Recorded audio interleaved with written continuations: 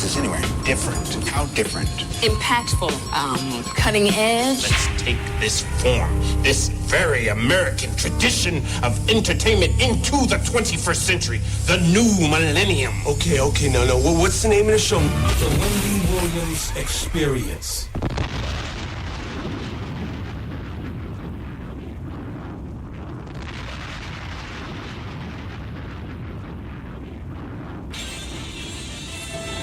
And now we're pleased to bring you our feature presentation.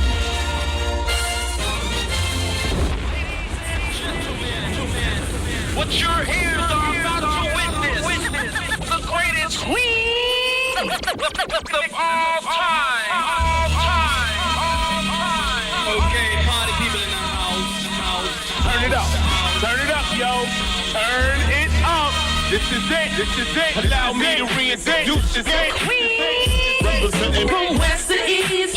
Just better get it right. Y'all know the name. Wendy Williams. Been in this game for a while. I hate to brag. Ain't nobody It is phenomenal. Like the queen. Right here.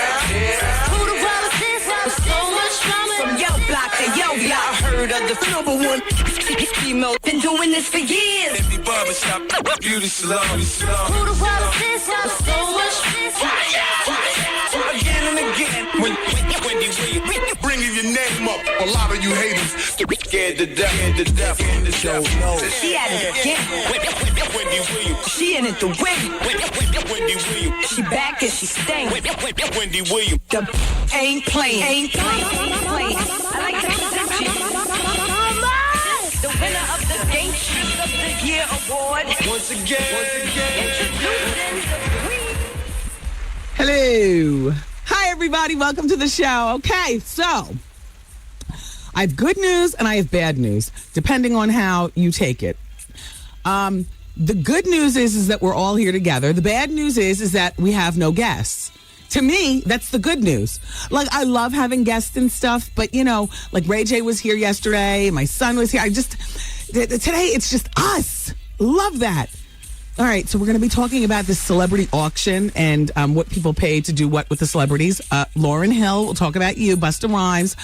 I've got breaking news regarding Tom and Katie, Nick, Jessica, and Nicole and Keith. Crickets, please. As well as Jen and Vince by way of Life and Style magazine, who I love. We'll talk about Joelle Santana and B. Damn Onse. We'll talk about her too. All right, advice hour is coming up next hour, and the phone lines are open. It is what it is, people. Welcome to the Wendy Williams Experience.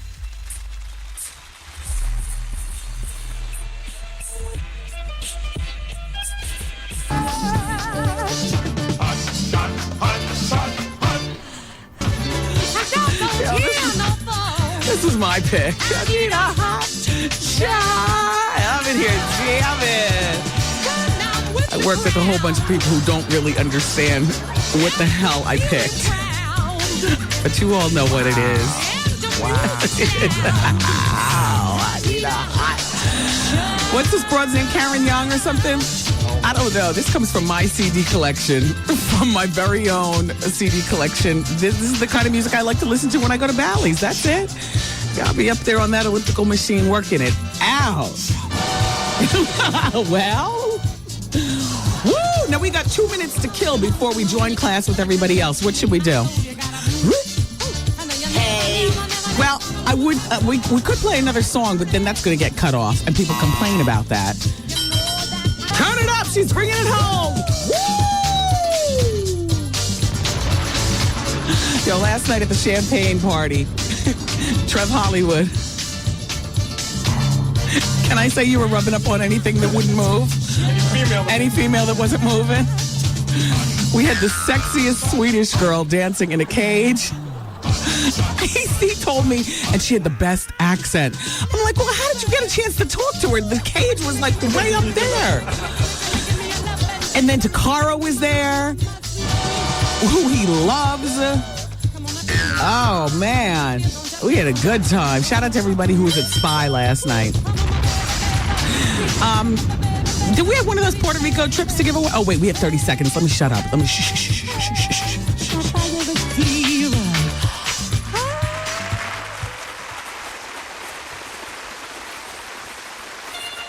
ladies and gentlemen, it is with great honor and distinction that I introduce to you the queen of all media, Wendy Williams. Hey, everybody. It's the Wendy Williams Experience.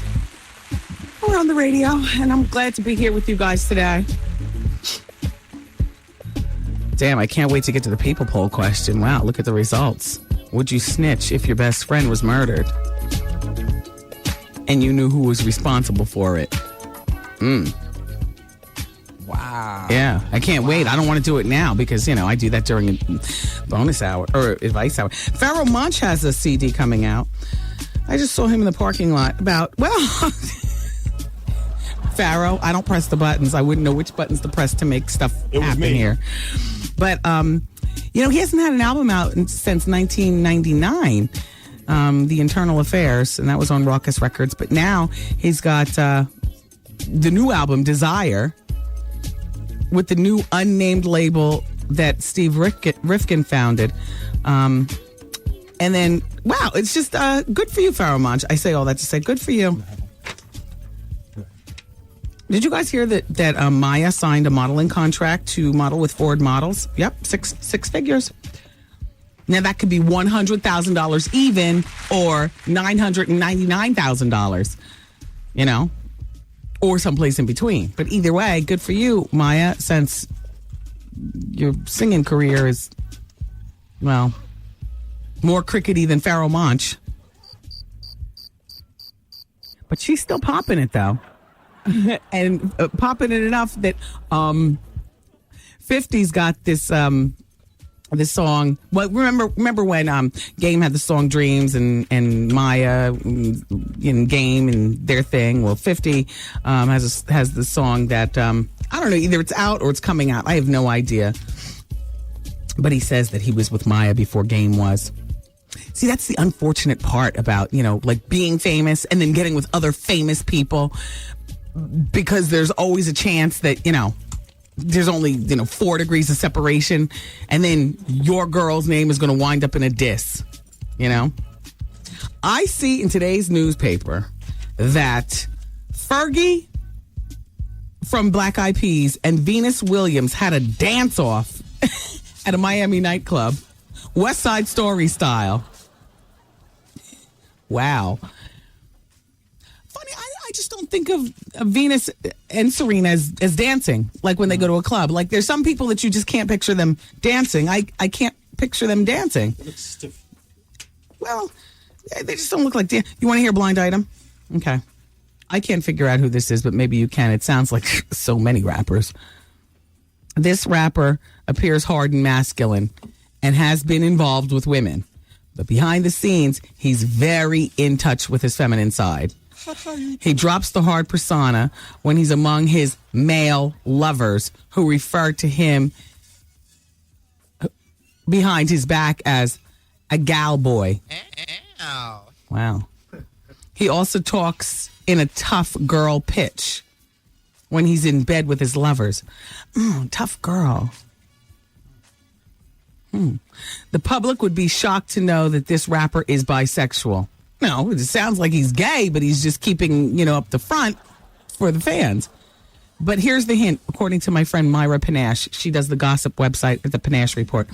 The hint is he's been abusive to women in the past. That sounds like any given rapper on any given, what's today? Wednesday, right? Yeah. Last night we had the best time at the champagne party. I was telling you guys, I got this George Vaselli champagne, and the party last night was at Spy Nightclub here in the city on 19th Street between 5th and 6th. So it was, for people to come and, luxuriate and appreciate, like I say on my little tag label on every bottle. Luxuriate and appreciate. Do you want to hear what my words are? Actually, I never read you my words, did I? This is what I say. It's a little tag, like how the clothes are the main clothes, and then the tag tells you the price and stuff like that. Well, my tag has a picture of me sitting regally in a black gown. And And inside it says, I feel honored to share and bring this exclusive, rare George Vasselli brand of exquisitely fine champagne straight from Champagne, France. In a little a village of Boozy comes the greatest champagne to ever roll across my royal tongue. See, that's me, queen of all media, royal tongue. Say.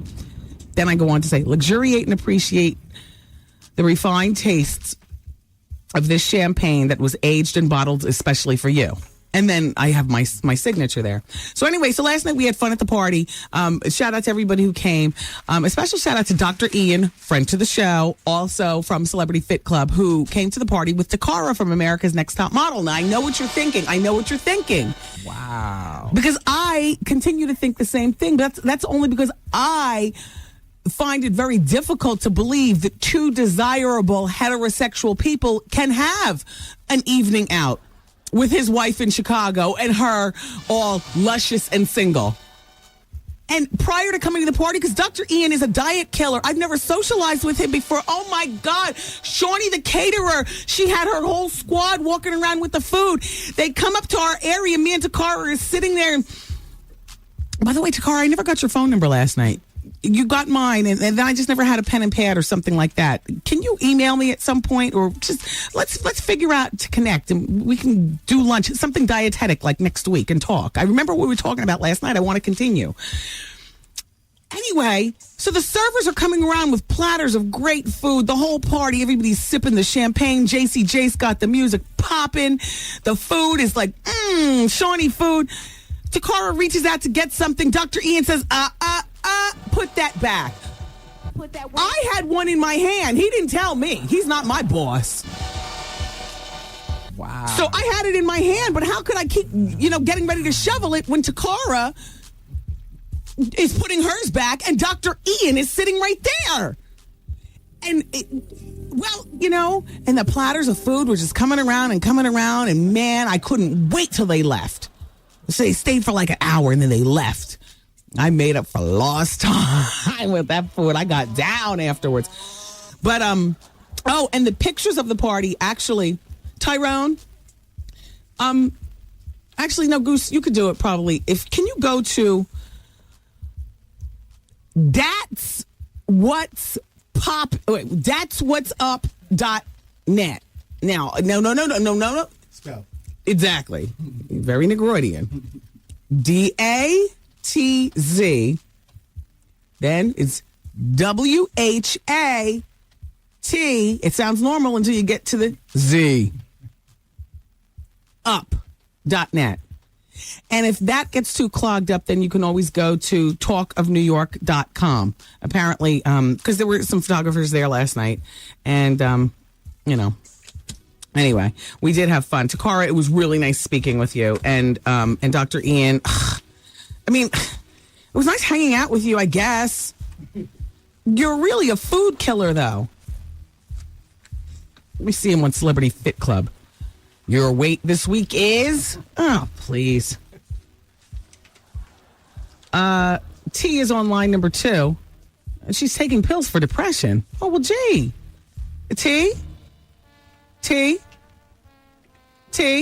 Yeah, hello? Hi, T. Hi. What's the matter? I've been married for 6 years. Oh. And I just recently, about 2.5 months ago, started taking pills for depression. Mm-hmm. And one of the big side effects to depression No is sex life. No sex life. Yeah.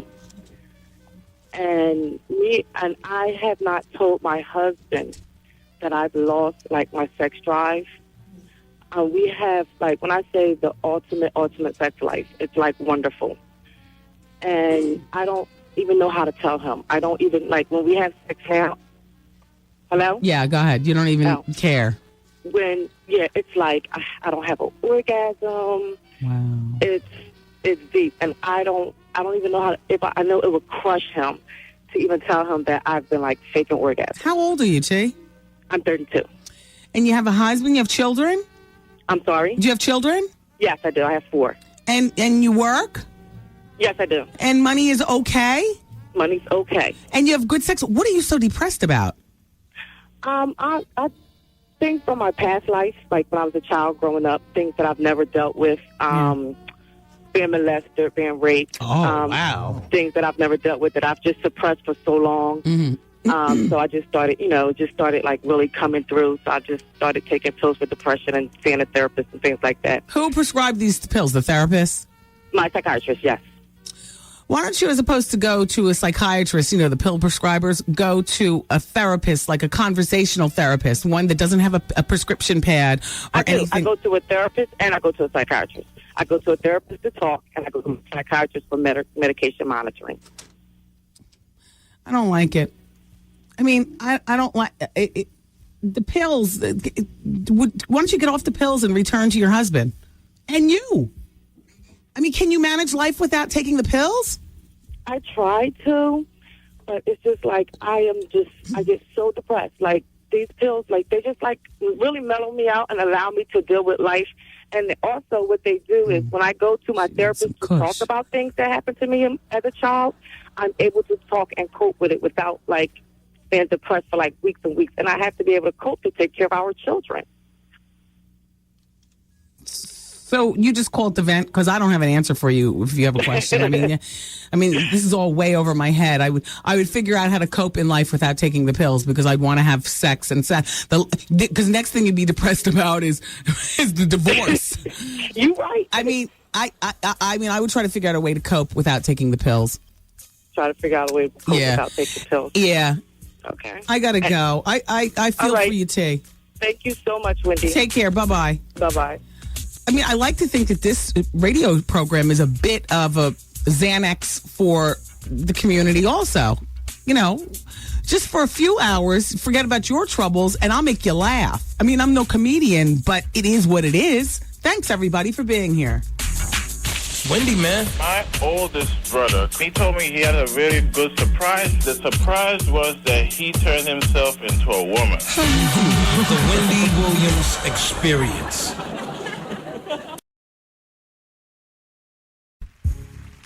Let's quickly go to line number 3. Priscilla has guessed the blind item. Goose, when she says it, I need you to take that name off. Hey, Priscilla. I'm not going to say the name. Goose, big up Trini style, boy.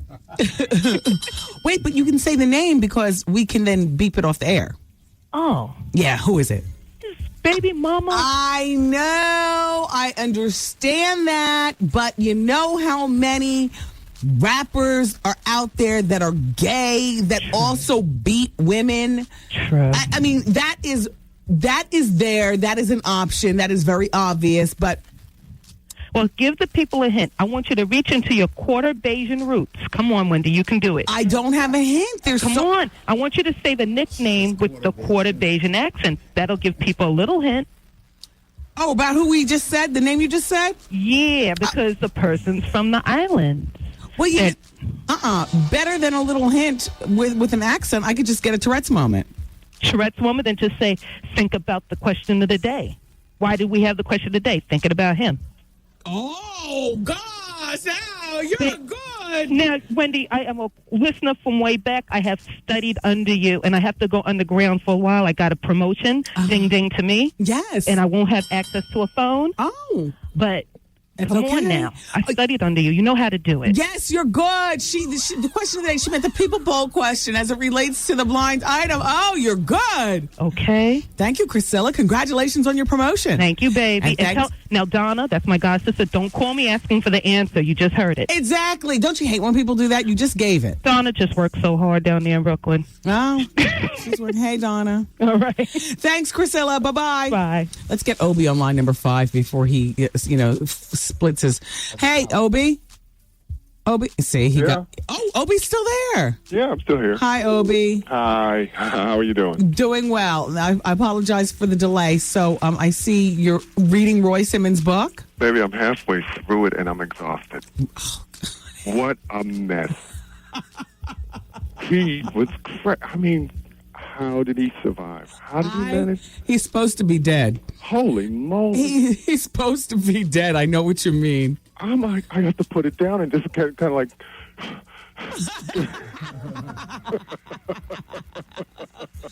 Well, Obi is speaking, everybody, of this month's Wendy Williams Experience Book Club Read of the Month. It's Roy Simmons' book, Out of Bounds. He's the NFL player who came out of the closet, and he's also HIV positive. He's in his 40s now, and he's written this book, and it's our book read of the month. He'll be on the show on Friday. So I hope that you call him, or at least send a fax or an email or something, Obi. Yeah, I'm trying to get through it by then. I know that he's due on Friday. Yes. I'm rushing through it, but I'm like, holy, do I have the stamina? I'm going to...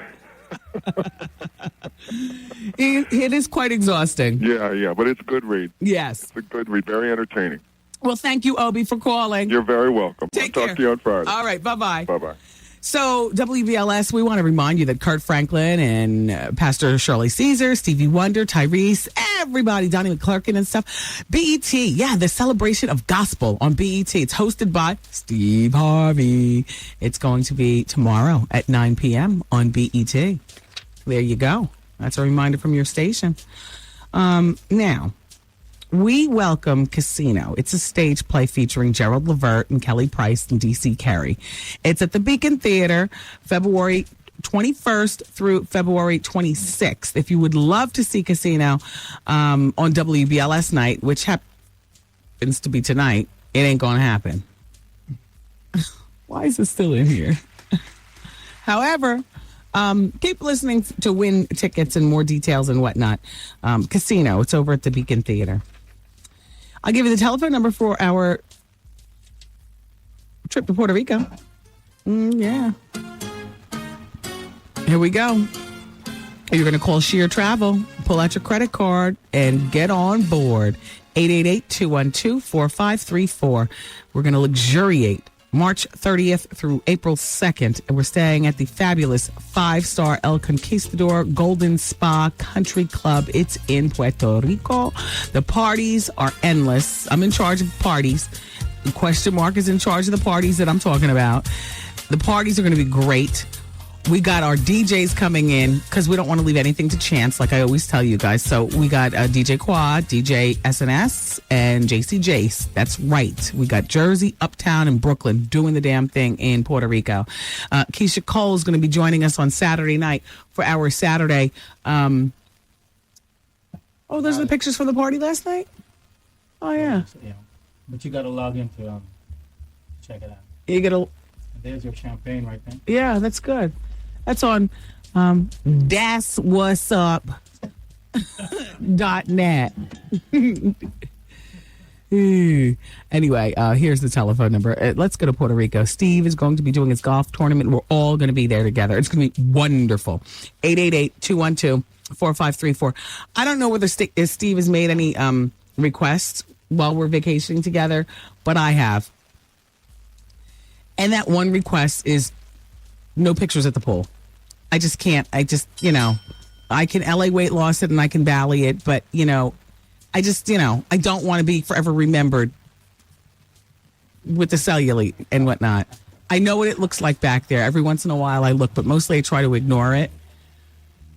You can't have all angles look good after a certain point in your life, right, Lou? Right. You got to choose an angle that you love and focus on that. Yep, and zhuzh it up. I like my walk into the room because I got my makeup going on, my belly's still flat, you know what I mean, my boobs. I like my walk into the room. I do not like my walk away. Why, you ask, Wendy, then are you wearing leggings with not a long sweater over them on a Laugh Factory night where you're going to be on stage? I'm going to walk onto the stage and I'm going to back off. That's why. Ignore that back there. Ignore it. I don't know why I do that to myself. I had on leggings and furry boots, and I get a shirt tied at my waist.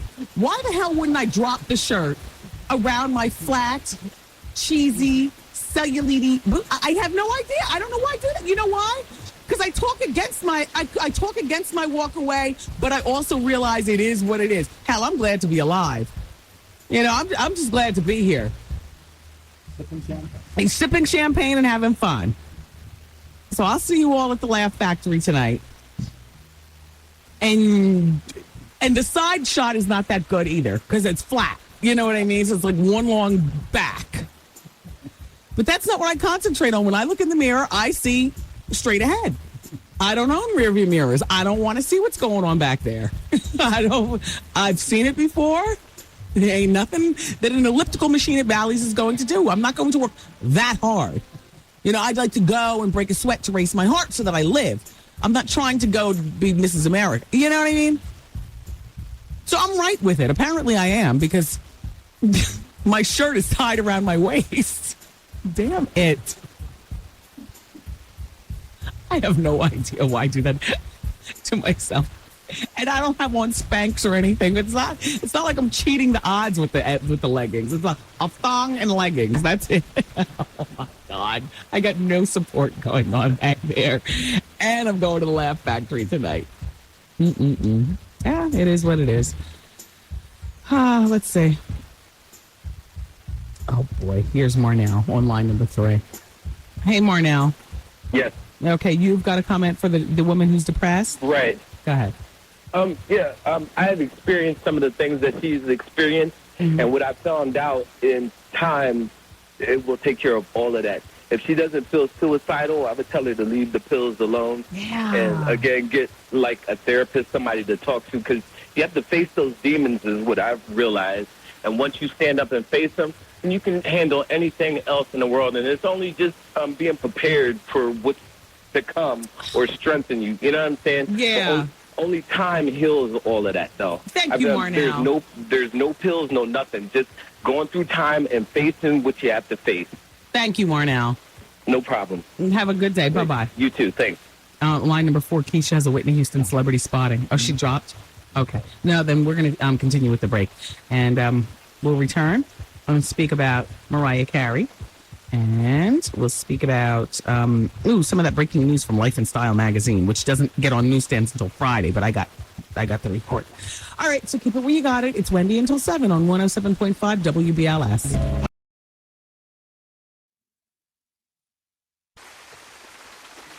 So I see that Ving Rhames has been cast in one of the shows that's going to be on the new CW network. It's an untitled drama series starring Ving, who didn't become handsome to me until he and Vanessa Williams did Radio Shack commercial together.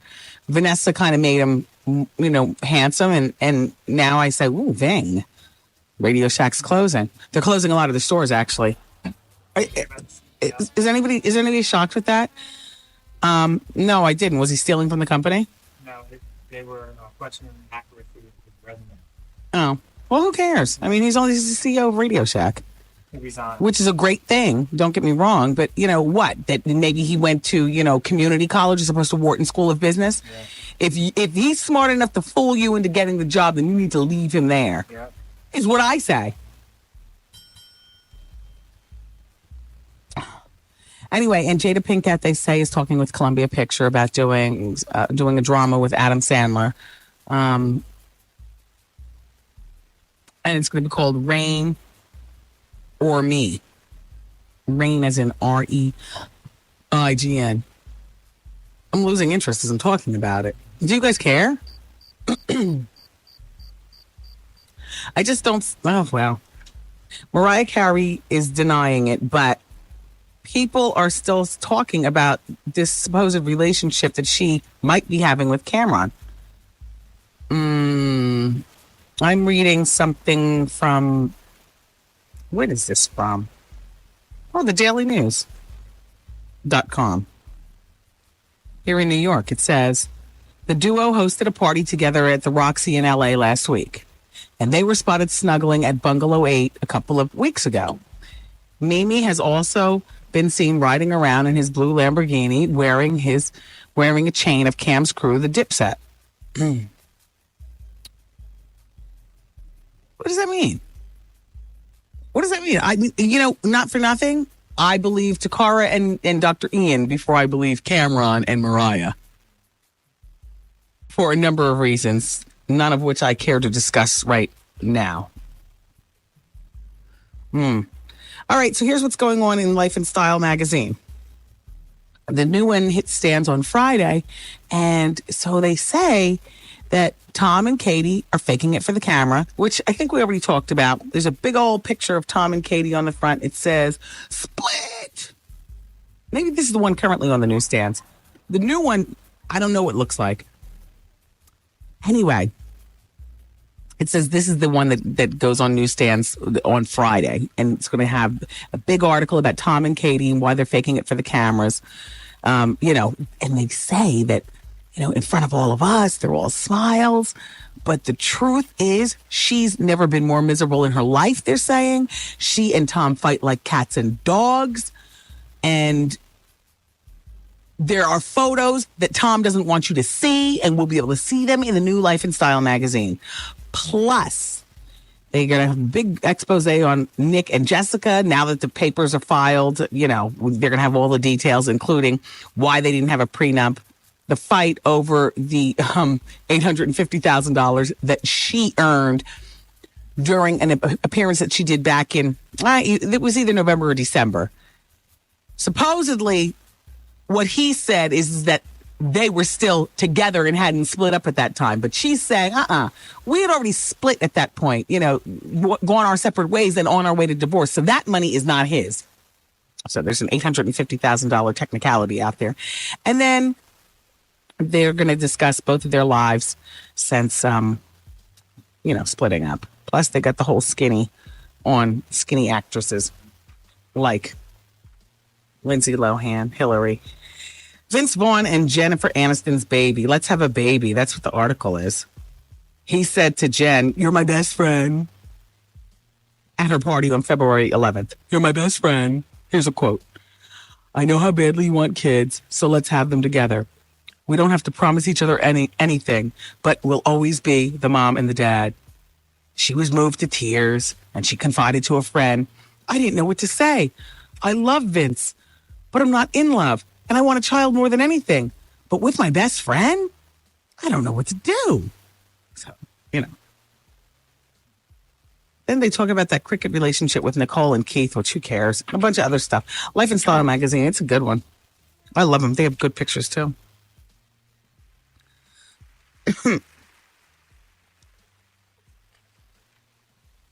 Want to hear a letter? Or do you want to just wait until advice hour? Oh, I know. You want to go back to more gossiping. Oh, you and your gossip. Where do you get that from? Oprah, they say, on over Coretta Scott King's casket. They're saying that Oprah has promised to run for president, which, people say that if she ran, she would win. But that apparently, according to sources, is something that Coretta and Oprah had talked about quite a bit. And apparently Coretta, had a lot of faith in Oprah and, being able to, lead. I read that article last week someplace, but that is her, excuse me, it's not that Oprah won run for president. I got it. That Coretta's son, Martin III, will run for president and that Oprah will support him. Here it is. Here's the article. Tearful Oprah made a secret vow to her beloved friend Coretta Scott King at the late civil rights leader's funeral. She promised to help her son, Martin III, in his political ambitions and even use her fortune if he runs for president of the United States.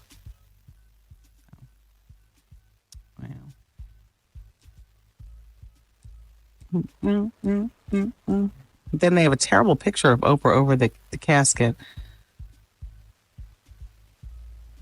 Yeah, it's not a good picture of her. So you guys, advice hour is coming up next hour, and the phone lines are open. I would love to speak with you and find out what is going on with you. If there's something happening and you need somebody to talk to, I'm here. 866-GET-WENDY. I don't have all the answers. I don't even have a portion of the answers, but I can offer you what I can offer you, and it is what it is. Also, I'm about to go check my emails because advice hour is coming up. Wendy at the WendyWilliamsExperience.com, and you can always fax. You can do 866-WENDY-FAX. Thanks. It's Wendy, man. I've been talking to this young lady. She called me at home and I was listening to your show, and she says that she doesn't know any straight guys that listen to the Wendy Williams show. No, plenty of straight guys listen to the show. All right, so yeah. Ow. So what should I tell her? Tell us how you do The Wendy Williams Experience.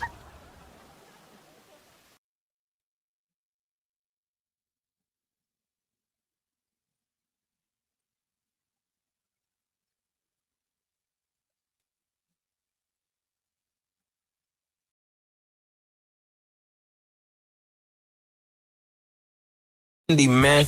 Everybody needs some. Should I leave? Like, is that selfish to my son? Come get some. Let me tell you, Wendy, it's really a trouble with a dude. Vice out. I'm having a problem with my fiance and his family. I was in a relationship with this girl for like 18 months. She told me the relationship meant nothing. Always drama. Call Wendy right now. 1-866-GET-WENDY. Fax Wendy at 866-WENDY-FAX. Wendy, can you give me advice on plastic surgery?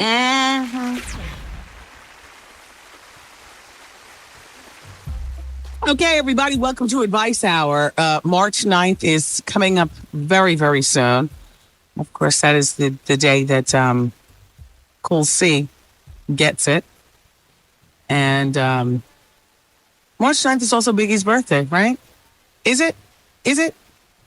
I don't know. I seem to recall, is it March? Anyway, March 9th is also, not for nothing, the debut of Little Kim's reality show on BET. The commercials for it look so good. That is going to be my new thing. I know you all will be watching too, though. March 9th. Keep that date in mind. Biggie died. That's the day Biggie died. Yeah. All right. Well, it's time for Wendy's Medical Minute, everyone. And, I just wanted to talk really quick because, this whole thing with calcium, and we talked about it a few weeks ago on the Medical Minute. There was a new study done at the University of Tennessee, and it found that, in a nutshell, this is what they found out. If you put fat cells, they put them in a test tube, okay, and then they dropped calcium in there, and they found that the fat cells broke down quickly. To sum it all up, they say that calcium melts 280% more belly fat. Belly fat is different from the fat that we have on our hips and on our thighs and stuff. It goes on to explain that belly fat, has receptors that allow the calcium to speed up the process of breaking down the fat, which is like incredible. I guess that's why you have a jelly belly, but you don't have like jelly. Well, I have jelly thighs. So what is the difference between that fat? I guess why some people have a jelly belly, but real athletic legs and thighs and hips and stuff. Well, that's Wendy's Medical Minute. You can choose to drink more milk or not. That's a reason to have a glass a day, though. Thanks, everyone. Yada, yada. Now we'll go straight to an email for the drama. Are you ready? Okay. Wendy, I have this situation going on, and I'm not quite sure how to handle it. I work with this guy who wants me to have a baby for him. This is clearly a black person. Only black people say baby for. You want to have a baby for him? Wants me to have a baby for him. I told him I'm not ready for kids. In the meantime, I go out on a date with his brother, unbeknownst to him, and end up sleeping with the brother twice. Wendy, that's just half the story. So one night, we all go dancing and drinking, and I had this guy suck my toes. Oh, by the way, so did my boss. I don't know where that comes from. Remember me with the girl-on-girl action? Anyway, I have this photographer who's interested in me as well. Come to find out, the guy who sucked my toes and my photographer are brothers as well. And to add insult to injury, the guy I work with that wants me to have a baby for him, his brother and I slept together. The guy that sucked my toes, the photographer, and him are all first cousins. Wendy, how should I handle this situation? Wow. How should I handle this situation? Because there came a point when all of us or at the same house. Talk about feeling uncomfortable. Help me out. Thank you for your time. Kia, you don't have to worry about handling this situation. It'll be handled for you. When they find out that they've all had you, none of them are going to want you. And they're going to diss the hell out of you. They're going to remain brothers, cousins, and family, love bond like that. And you're going to be called the whore. And the bad part is not only are you going to be, and this is unfortunate. This is very, very unfortunate that, she ran across all these, able-bodied guys. They just so happen to all be related, It can happen to anybody? Okay, I'm just trying to make her feel good. Shut up. The unfortunate part is that not only is this your personal life, but you're going to be branded the whore at your job too. Because some of these guys worked with you and men talk. Yeah, you need to leave this whole situation alone. Am I too quick to say that? Do you think sometimes? I don't know. But this one, you need to leave everybody alone before it does come full circle and you're branded the whore. Just leave them all alone. None of them are going to want to marry you anyway. So if you're looking for and have a baby for, nobody wants you to have a baby for them after they find out that you know what I mean? Back there. They don't want you. They're not going to want you for the long term. So you should probably just break it off now. Thank you, Kia. Line number 1 is Talia. She's 32. She's got a 13-year-old son who found out his grandmother is smoking reefer. Talia? Yes. Hi. Hi, how are you, Wendy? So this is your mom who smokes the weed? No, it's his father's mother. How old is she about? She just made 50 this year. Wow, so she's still young and chiefing. Yes. Yeah. So how did he find out?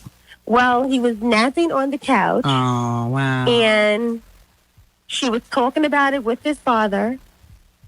And I think the big problem is that they're doing it together. The father, his father and his grandmother. Yeah, so that's mother and son smoking weed together. And he woke up and unbeknownst to them heard their conversation. He said he was fake sleeping. Oh, wow. And they was talking about it very, like, go get me a blunt. Right. And his father said, well, I'm not going to roll this for you. Wow. And she said, well, I'll do it myself. Wow. So, we don't have the greatest relationship. You and his father. His grandmother. Okay. And I just want to know, what can I tell him? What should I say? I don't know. In my family, we wouldn't have that problem. No, my family either. Yeah. I don't do it for myself. I don't do it myself. Yeah. But I don't pass judgment on other people. No, but in later generations, we might have that problem. Our son, will have a child or children or something like that, and maybe, walk in on grandpa. That would be Big Kev. Yeah. Or something. Geez. You are okay. I don't know what to... Yeah. It's just really... Are you and his father still together? No, we're not. And, we went through court battles. I mean, it's gotten so ugly between us. Like, why? I don't understand, like, when people have kids around, why it is that they do anything like that in the house. Talk about it, execute it, the whole bit. Even when the kids are, like, out at school, you never know when school's going to be cut short because they fell and bumped their lip, and now you got a ding-dong, and it's the principal and the child. I just don't, we make a lot of jokes about weed on the show and everything, and, Nicole and I were just having this conversation. She was saying, Wendy, it just, cocaine is back. And she was telling me that. And then she was like... Oh, yeah, she does that too. Oh, wow. Grandma sniffs coke. Yeah, she does. She does a little bit of everything. He loves her. You don't have to answer this honestly. I'm not trying to push you, but would he ever catch you in any compromising positions with weed? No, I don't smoke. Good for you. I never smoke. Oh. It's just not for me. Yeah. But at the same time, it's his grandmother. I don't have a great relationship with her. I don't want to sit there and go, well, X, Y, and Z, and hurt his feelings. Like, why are you talking about my grandmother? Yeah. I guess you can basically give him the basics, and then I'll take comments from other parents or professionals. But geez, say something like,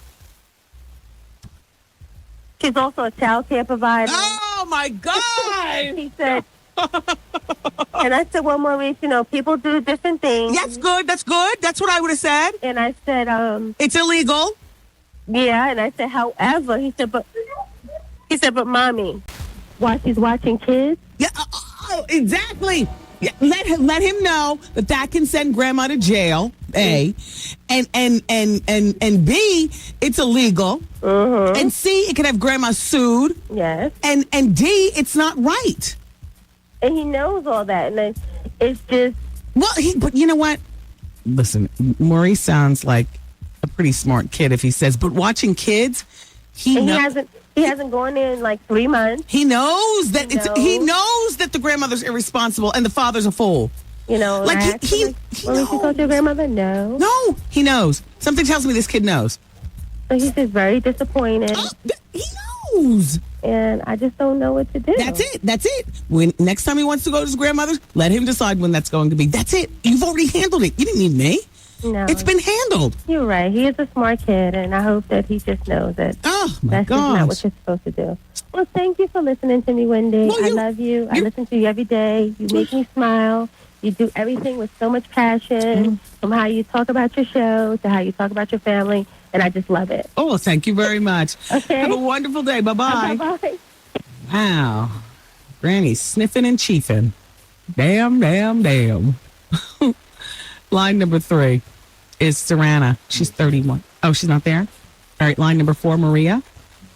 Okay. Line number 2 is Aisha. Bisexual. You want advice on how to meet women? Yes. Well, Wendy. But Aisha, women are everywhere. Hi, Wendy. Hi. First of all, Aisha, I just want to say, oh my God, I've been trying to call you forever. Like, I love your show. Well, thank you. Oh my goodness, even my grandfather, he's like 80. He's like, if I ran that running station. All right. Well, Aisha, my advice to you on how to meet women is play women like you play men. You smile, you flirt, you twirl your hair, right? Yeah, but it's just so much, like, you never know, like, if they're just being nice or are they really into it. It's like, I don't know, me, I'm not very aggressive type of girl. Yeah. Like, even the first girlfriend I had, like, we met online, we were just talking as friends. Yeah. And then a conversation came up. But I really don't want anything serious. I'm not trying to have, like, no jump off or whatever, but it's just, like, I don't know where to go, or because guys usually talk to me. Like, I really don't come at guys like that. Right. So, well, and you also don't want to, what you're saying is offend a heterosexual woman.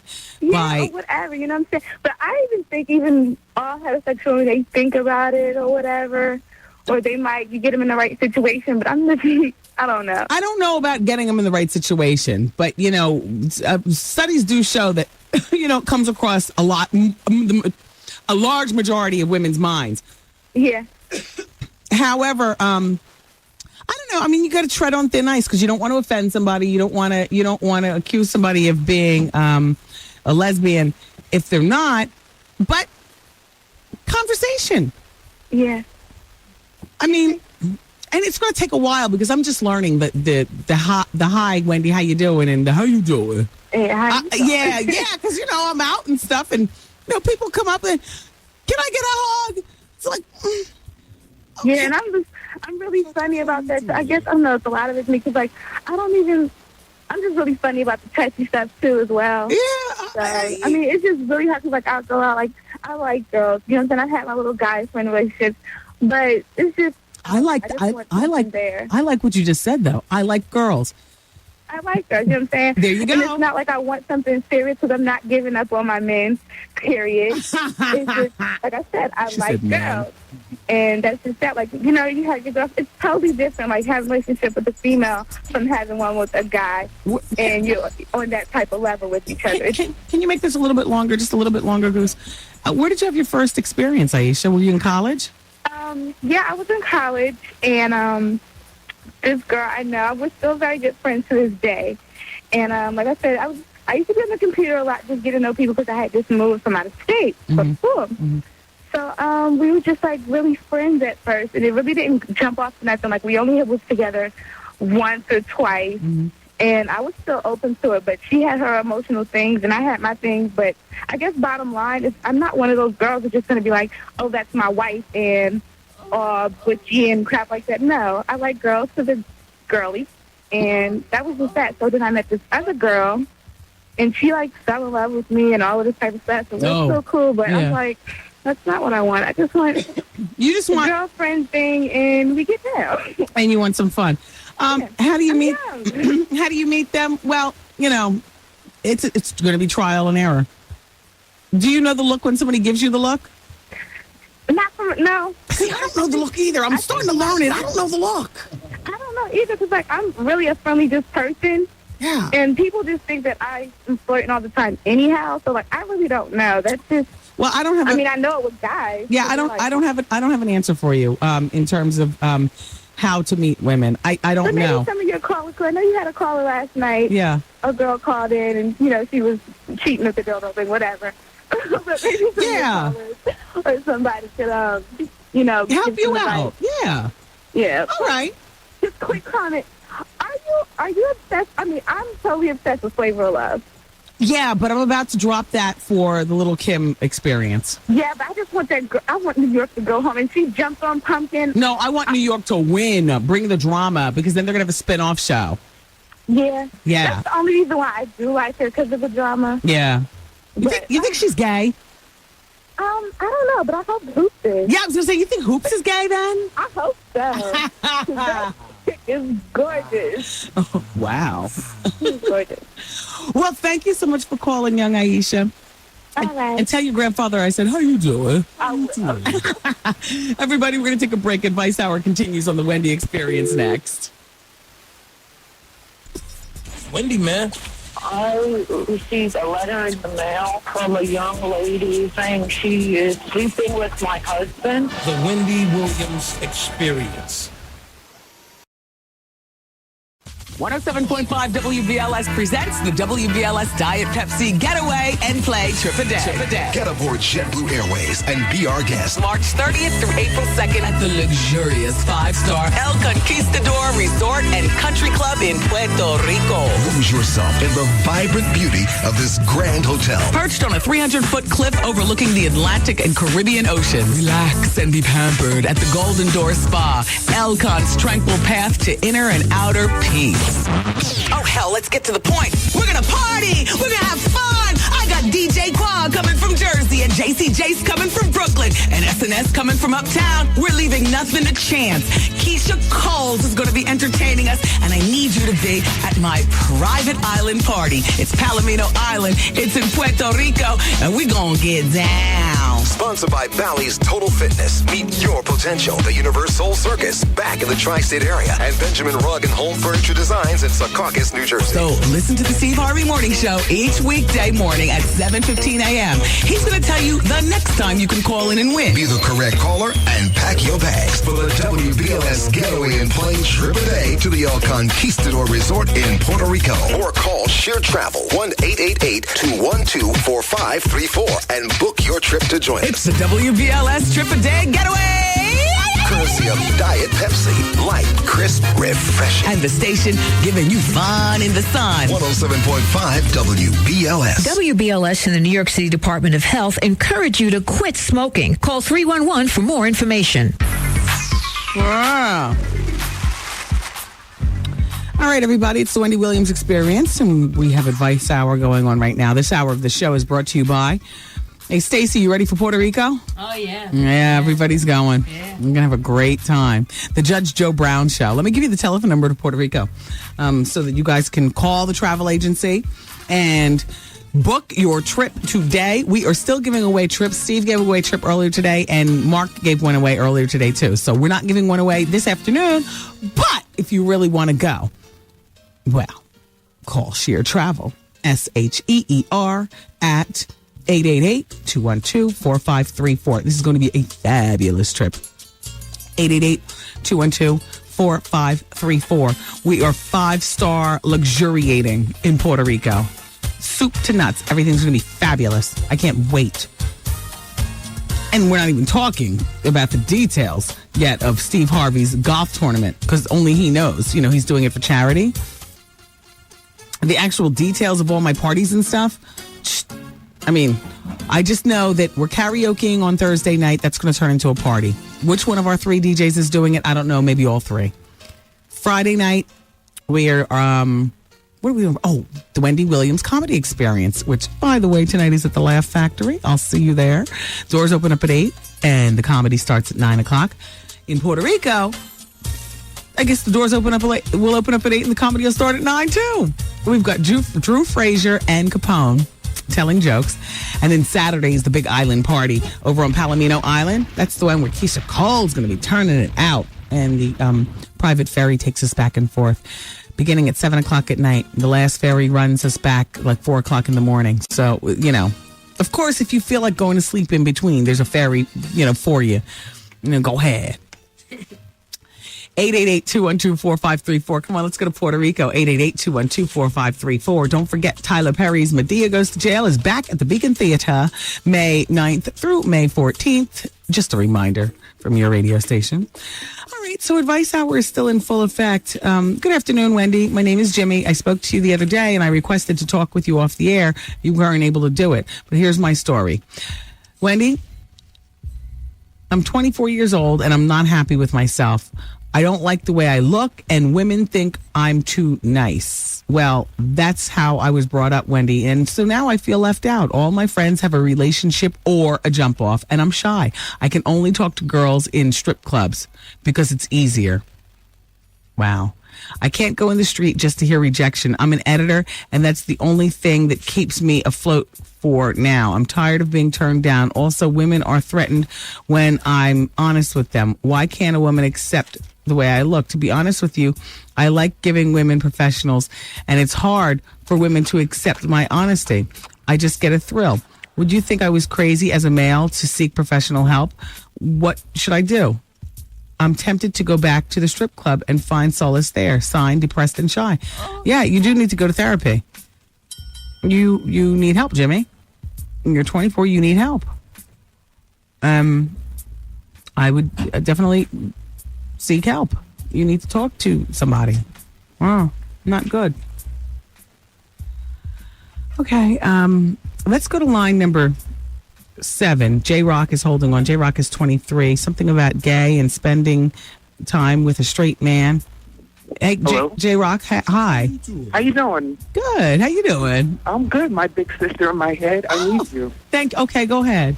All right. So I'm 23. This guy is 20, right? Mm-hmm. And we've been spending a lot of time together, you know, cheaping after work or something like that. Mm-hmm. But it's still too much time. Whereas the person who actually introduced us, he would more call me than call this person to chill. Right. So my question is, like, what should I do? Should I approach it? Should I ask him? Or should I just leave it alone and let him make the move? What? How long has this been going on? You know, we met 6 months ago. We've been chilling maybe like every other day, but since like maybe like 3 months ago, we've been chilling every day. Are you in a rush to either get this going as a romance or leave it alone? Yeah, I would love to. He's like perfect. So when you chief, you know, his true feelings don't come out? We talk about sex. We don't talk about, like, he would talk about the girls that he had sex with, and I was talking about the guys that I had sex with. Okay, so he knows that you're gay, because I was like... Yeah, he does. There's no hiding that, not even through the phone. No. Yeah. He might be waiting for you to make a move. You think so? Yeah, you know what? Ask him in a very, very... very nonchalant way. Yeah, you know what? I don't want to get you punched in the face or anything like that. Exactly, Wendy, exactly. Yeah, you know what? Oh, God. Throw money in it. Like, for $1 million, would you, you know... Is that the boo-boo music? Yeah. I'm mad at that. Yeah, you know what? I don't know what to say. I don't want to get you punched in the face. Exactly. I don't want to get punched in the face either. I may either get punched in the face, or he may be like, oh my God, what am I doing? Maybe that's not what I want to do, and just stop talking to me altogether. Well, all right, let me just get who supplies the chief? It's a shared effort. Okay, because I was going to say, because maybe he's using you for the chief, but okay. That's what I was thinking, but no. Yeah, but no. Okay. Gee. And he gets it more than I do. You know what? out of all the people that he can be chiefing with, and he's chiefing with gay you. He wants you to make a move on him, but you don't want to get punched in the face. Exactly. I need professional help. Somebody, some gay man, please swoop down on this situation. So for right now, you're saying I should be like, well, for $1 million, would you have sex with a man? Are any of the interns gay working today? Are any of the interns gay? Tyrone's not gay. And is Justin gay? I don't think Justin's gay. We got heterosexual men working at the show? You gotta be kidding me. You're both fired. Damn you. Taryn, told you no heterosexual men. No, I say he's waiting for you to make a move, but you don't make that move. Brush by him lightly and see what happens. You know, you brush by with your booty pooched out right at his hand. I know, Wendy. Yes. Give him the brush and pooch. Yes. Thank you, big sis. You're very welcome. Bye-bye. Love you too. Bye. That works, by the way, as well for gay men as it does for heterosexual relationships. The brush and pooch. All right, Susanna, I would love to talk with you, darling, but if you can hold on for 5 more minutes, we have to play a little bit of music and we have to play the commercials, company policy. All right, it's the Wendy Williams Experience here until 7 on 107.5 WBLS. Broadcasting live, it's the queen of radio,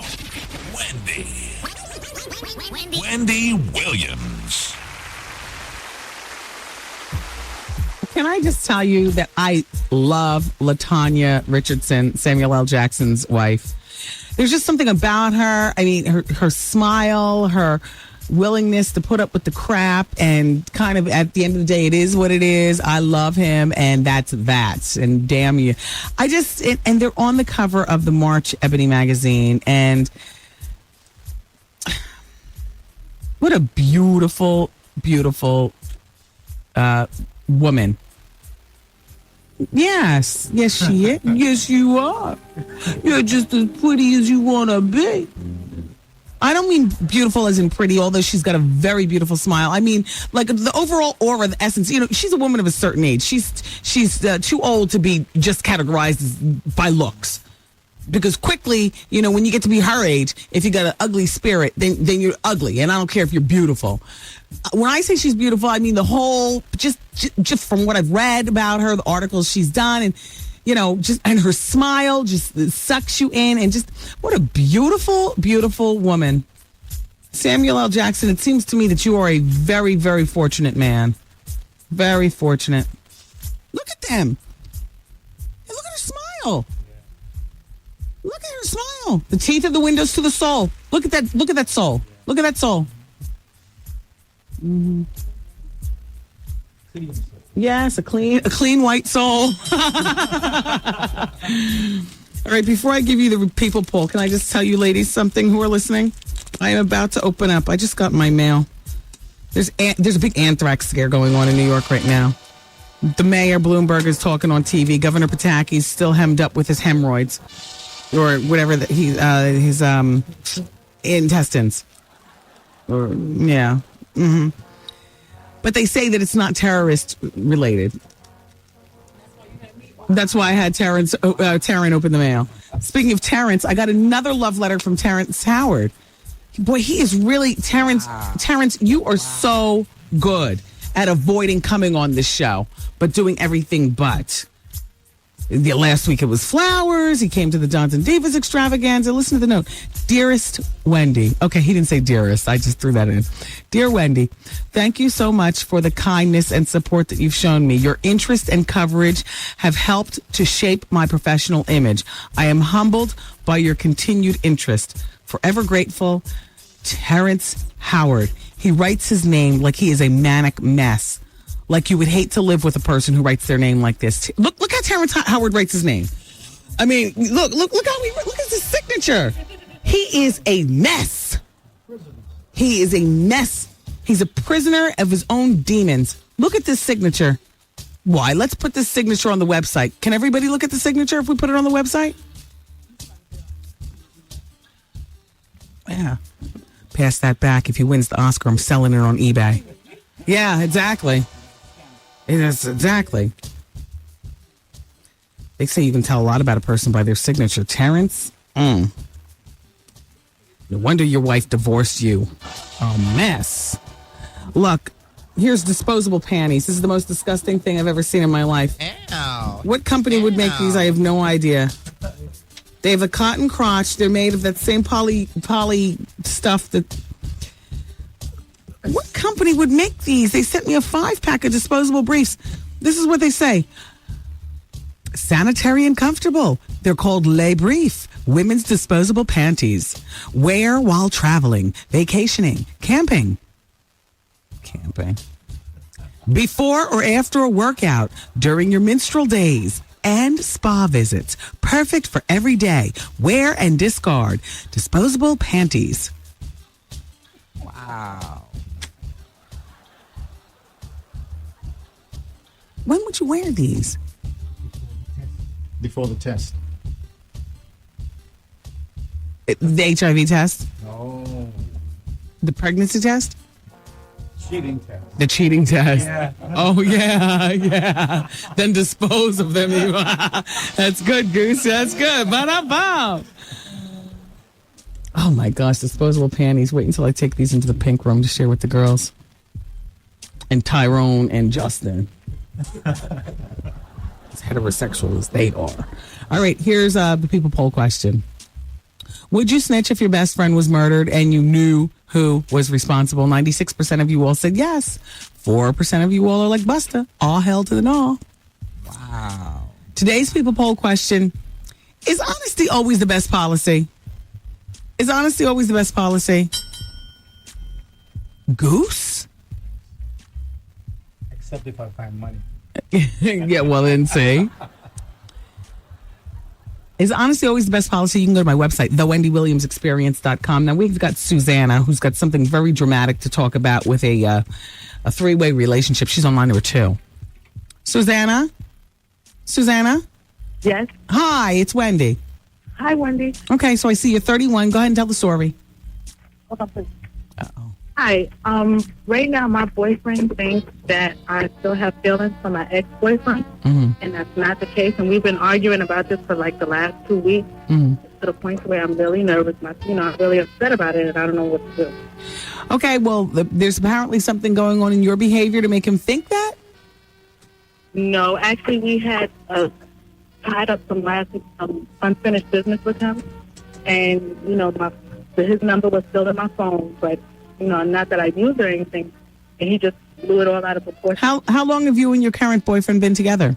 6 months. 6 months is not even enough time for your current boyfriend to have an opinion about nothing.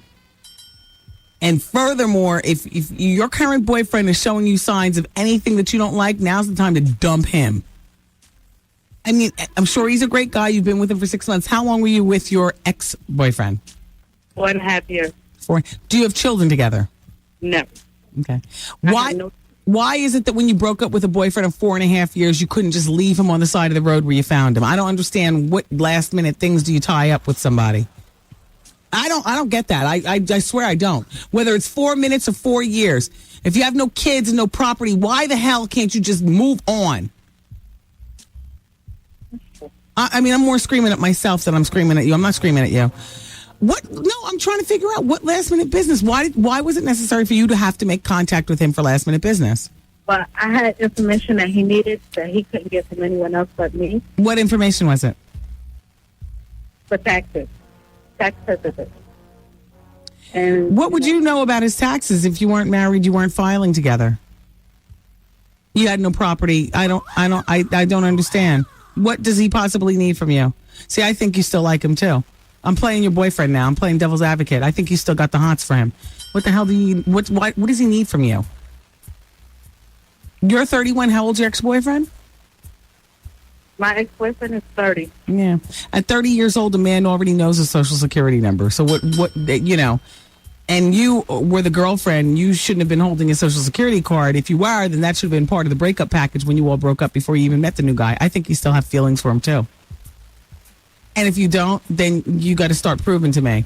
if you care, because we've only been together for 6 months, and you can just kick me to the curb, or you can start to prove. Okay. I mean, you know what I'm saying? I understand. Yeah. Hey, there's no property, no children. You know, what's with the back and forth? Yeah, exactly. Okay. Thank you, Wendy. Well, take care, Susanna. You too. Thanks. I mean, I really don't understand that unless you guys can explain to me otherwise. I mean, I know a lot happens in 4.5 years. Hoping you'd be listening. Well, I guess. Anyway, keep it here, everybody. We gossip through the hour of truth next. It's Wendy, man. My boyfriend's a slob. When we're in his living space, it's kind of a turn-off. And he doesn't empty the garbage, and he never cleans up his room, and there's stuff everywhere. Does he at least change the sheets so that you No. The Wendy Williams Experience. 107.5 WBLS, New York's only African-American owned and operated FM radio station. Living Black history every day. The Honorable Percy E. Sutton, an attorney, civil rights activist, lecturer, government official, distinguished serviceman, and media executive. A skilled pilot during World War II. He served with the Tuskegee Airmen. He won combat stars as an intelligence officer. Recipient of the NAACP's Spingarn Medal. In 1972, Sutton co-founded Inner City Broadcasting Corporation along with Hal Jackson. Currently, Mr. Sutton is co-founder, chairman, and CEO of Cinematics Incorporated, a high-technology software hardware company. The Honorable Percy E. Sutton. Celebrating Black History Month and living Black history every day.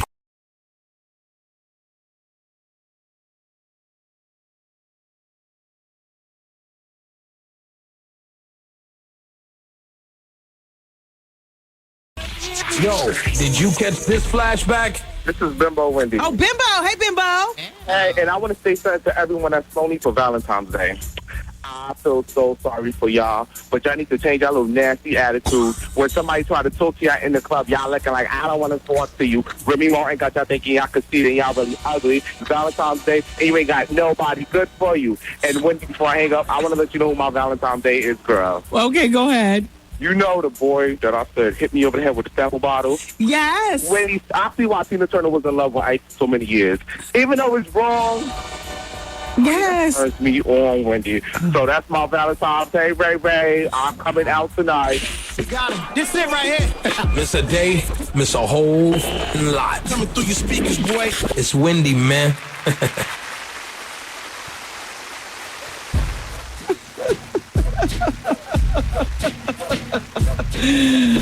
Ooh, you all crack me up. I love doing this damn show. Don't forget the people poll question. Is honesty always the best policy? Yes or no? You can go to the website, thewendywilliamsexperience.com. So Beyonce was partying with Jay-Z and Michael Jordan and Puffy and other people of big celebrity status at a club called the Camellia Club in Houston. This is for All-Star Weekend. So Val Young, you know, if you should ever seduction, oh mama, ow, Val from the 80s. Okay, well, some people remember her. Val Young, I covered this story. She did she did the original Seduction. Beyonce did another version of the same song, Seduction. Val Young panned it. She didn't like it. She's like, you know, Beyonce's mad because I criticized her vocals, yada, yada, but this is what I have to say. And she said it. And I talked about it here on the show. So Beyonce hears the Val's in the club in Houston. And they said that the line to enter the VIP section was massive. And as Val Young looked upstairs, she could clearly see Beyonce. Speaking to one of the newspapers there in Texas, Val said, Beyonce prevented me from going up to the VIP. She told them not to let me in. And she went on to say, Beyonce's just mad because I criticized her on her vocals of the remake of my song, If You Should Ever Be Lonely. Okay, If You Should Ever Be Lonely. Beyonce couldn't be reached for comment. Val,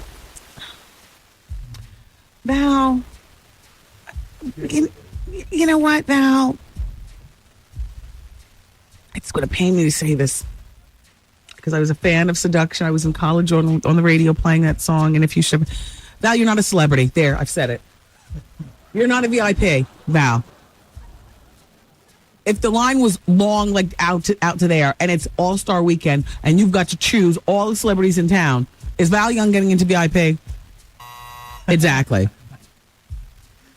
Beyonce's not thinking about you, Val. Val. And neither is anybody else. Oh, bam. There, I said it. Did you hear about that Joel Santana airport incident? Apparently, his luggage was misplaced or lost or something like that. And he had that, don't you know who I am type of swagger there at the airport. And the lady really didn't know who he was. He was very upset about it. Security was called. They ended up finding his bag. But then they went all through his bag, I guess, ran it to see if they can catch him on something. They didn't. And, I say all that to say he had the don't you know who I am, and was madder about the fact that he wasn't known than that his luggage was lost. Don't you know who I am? At that point, don't you start beating your chest like that? Well, he's a financial partner in the new hip hop soda shop, which is opening on 125th Street in Harlem. That's his hometown. I think I told you guys about that a few weeks ago, but it's actually coming to fruition. So hopefully that'll be out by the summer at least. Nice ice cream soda at the hip hop soda shop. No. Chief flavor. Funny. Lauryn Hill. Okay, so here she goes. So she's still upset. Now, mind you, she's expressed this behavior in other articles and things like that, but she's still upset. She's still upset that her clothing style, the way she puts things together, is being copied by many young black women because she never signed up to be a fashion icon. She says she does not like seeing clones of herself because she fears that fans are stealing her spirit. Oh, boy. Here's the quote. Fashion is something I breathe. It's something I did very naturally, but I've seen my style, my look everywhere, and I wasn't trying to share my style. I've seen my concept, my ideas, my creative birthright to exploit, appropriate, copied, and reproduce. Exploited, that was painful. Jeez, could you imagine waking up to that every day?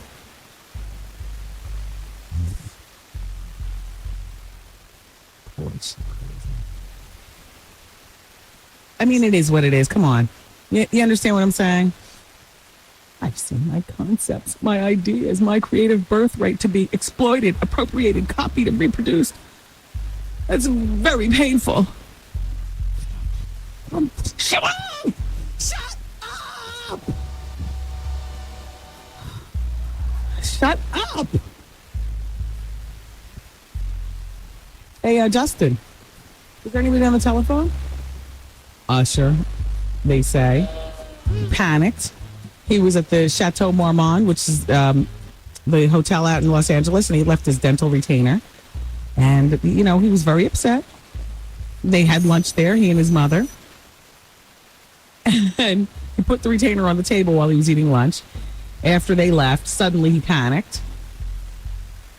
Like he couldn't afford, $125 for a new retainer. I guess he was scared that somebody was going to, put the blue light on his retainer and find some funky spunk. I'm going to stop that one right there. You carry on in your head. Wow.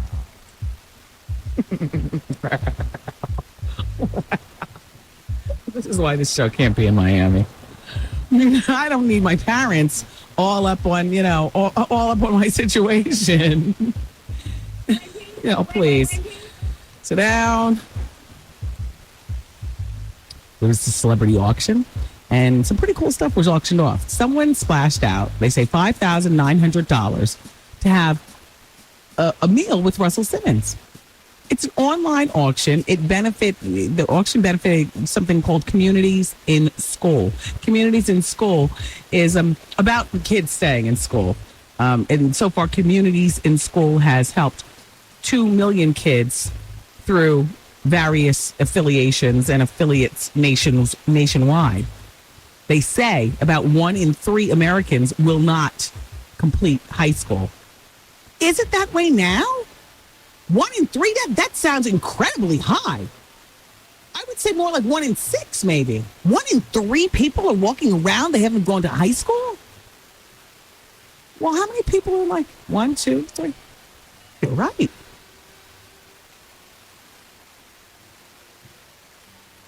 Wow. Well, school's not for everyone. No, I'm not going to say that. It isn't, but geez, Louise, at least finish high school before, you cop out on the whole experience. Are kids not finishing high school these days? Or is that something like if you're 35 and older, that 1 in 3 applies? Wow. Yeah, I'm thinking if you're older. I'm not thinking like kids are doing that now. Anyway, so $5,900 to eat with Russell. Another big spender forked over $4,650 just to have coffee with Alicia Keys. Isn't that great? I mean, it's great that people have money to spend on things like this. And these are great prizes. Like, if you really want something like this, these are great prizes. Somebody else spent $5,600 to hang out with Patti LaBelle. Somebody spent $3,100 to have a cookie baking session with Famous Amos. Yeah. $3,100.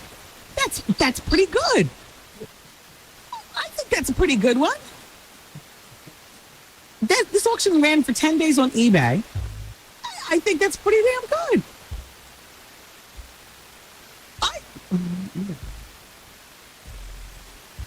Are we still in this break? Jeez. Lean cuisine is over here getting cold. Now, while I love lean cuisines, they only taste good when they're hot. When they start to get cold, all them preservatives start popping up.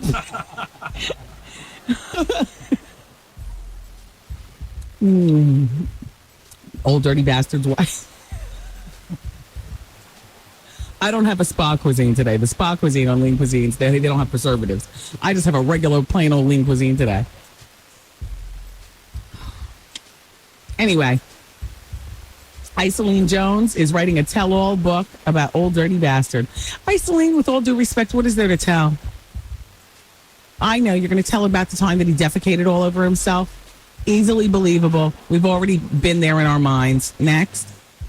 I know. You're going to tell about the time he cheated on you. Next. You're going to tell about something crazy he did in the delivery room. Next. You're going to tell about how he never paid child support. Okay. Next. You're going to talk about when you and the kids came home and you walked in on him smoking crack. Okay. Next. Isoline. Put that where? Yeah. Yes. Thank you, Vivica.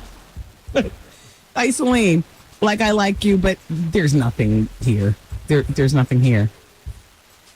They say, this was in the newspaper yesterday, I think I mentioned it briefly, that Lenny Kravitz got Tracy Edmonds' telephone number.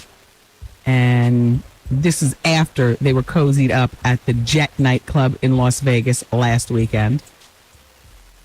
Jeez, babyface, how could you possibly compete with Lenny Kravitz?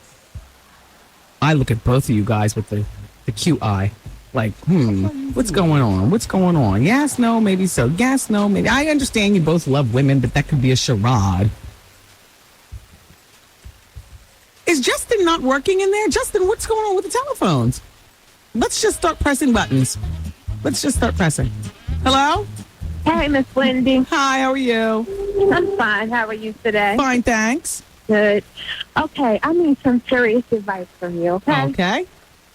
Now, my cousin, real close to me, her husband did her dirty, right? Mm-hmm. Cheated on her with somebody that she knew. Mm.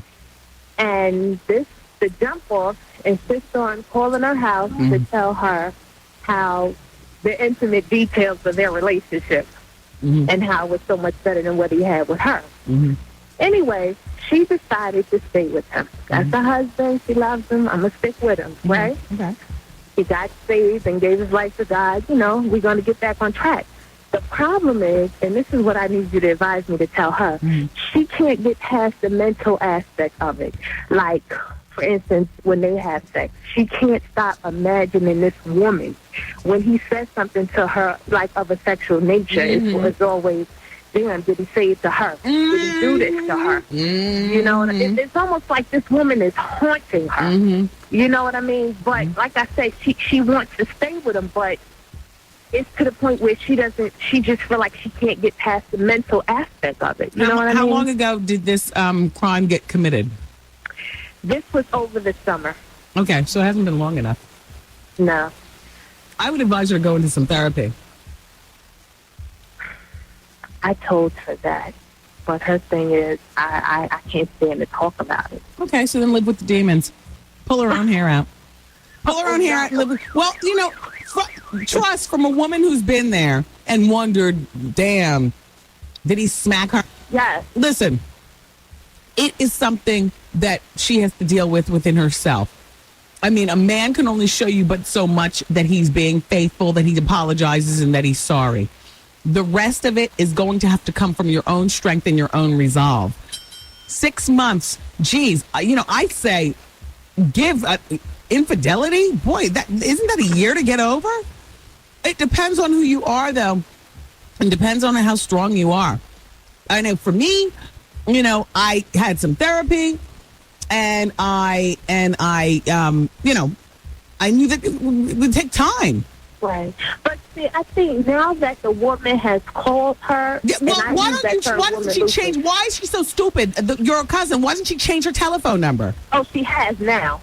But the damage has already been done. Okay. The woman or the girl has already told her every type of incident detail. That's why she needs to go to therapy, because you want to know what? First of all, men love to say that the sex at home is no good, and you know we never get it at home. In the meantime, the sex at home could be banging. It's just the same coochie after a period of time. You know, so she is falling into this jump-off matrix. She is exactly where the jump-off wants her to be. If she can't have him, then she's going to destroy her. And your friend or cousin is falling right into it. Your cousin needs therapy. She needs to get up off that and go get some therapy where she can talk to somebody who will tell her this, what I'm telling you. The therapist will tell her this all day. That's it. That's it. Thanks for calling. Right. Thank you, Wendy, for talking to me. Take care. Bye-bye. All right. Bye. Yeah. I mean, you know, everybody gets over infidelity in their own way and in their own time. But you have to give it time. And certainly the summer was just yesterday. You know, she's still haunted by it. Keep it here, everybody. Wendy, man. Michelle? Yeah. You're just having casual sex with him. Right. There is no engagement. No. He's got a girlfriend. So-called. I'm pregnant now. Should I keep it? Wait, hold on for just one moment. I'm about to reach through the phone and crack her skull. The Wendy Williams Experience.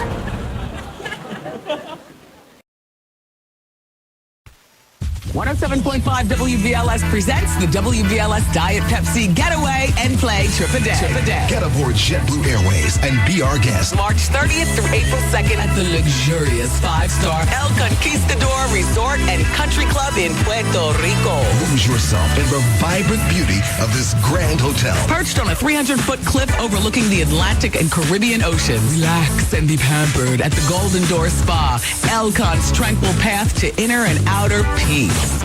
Oh, hell, let's get to the point. We're going to party. We're going to have fun. I got DJ Quad coming from Jersey and JC Jace coming from Brooklyn and SNS coming from Uptown. We're leaving nothing to chance. Keisha Coles is going to be entertaining us, and I need you to be at my private island party. It's Palomino Island. It's in Puerto Rico, and we're going to get down. Sponsored by Bally's Total Fitness. Meet your potential. The Universal Circus, back in the tri-state area. And Benjamin Rugg and Home Furniture Designs in Secaucus, New Jersey. So listen to the Steve Harvey Morning Show each weekday morning at 7:15 a.m. He's going to tell you the next time you can call in and win. Be the correct caller and pack your bags for the WBLS Getaway and Plane Trip a Day to the El Conquistador Resort in Puerto Rico. Or call Sheer Travel 1-888-212-4534 and book your trip to join us. It's the WBLS Trip a Day Getaway.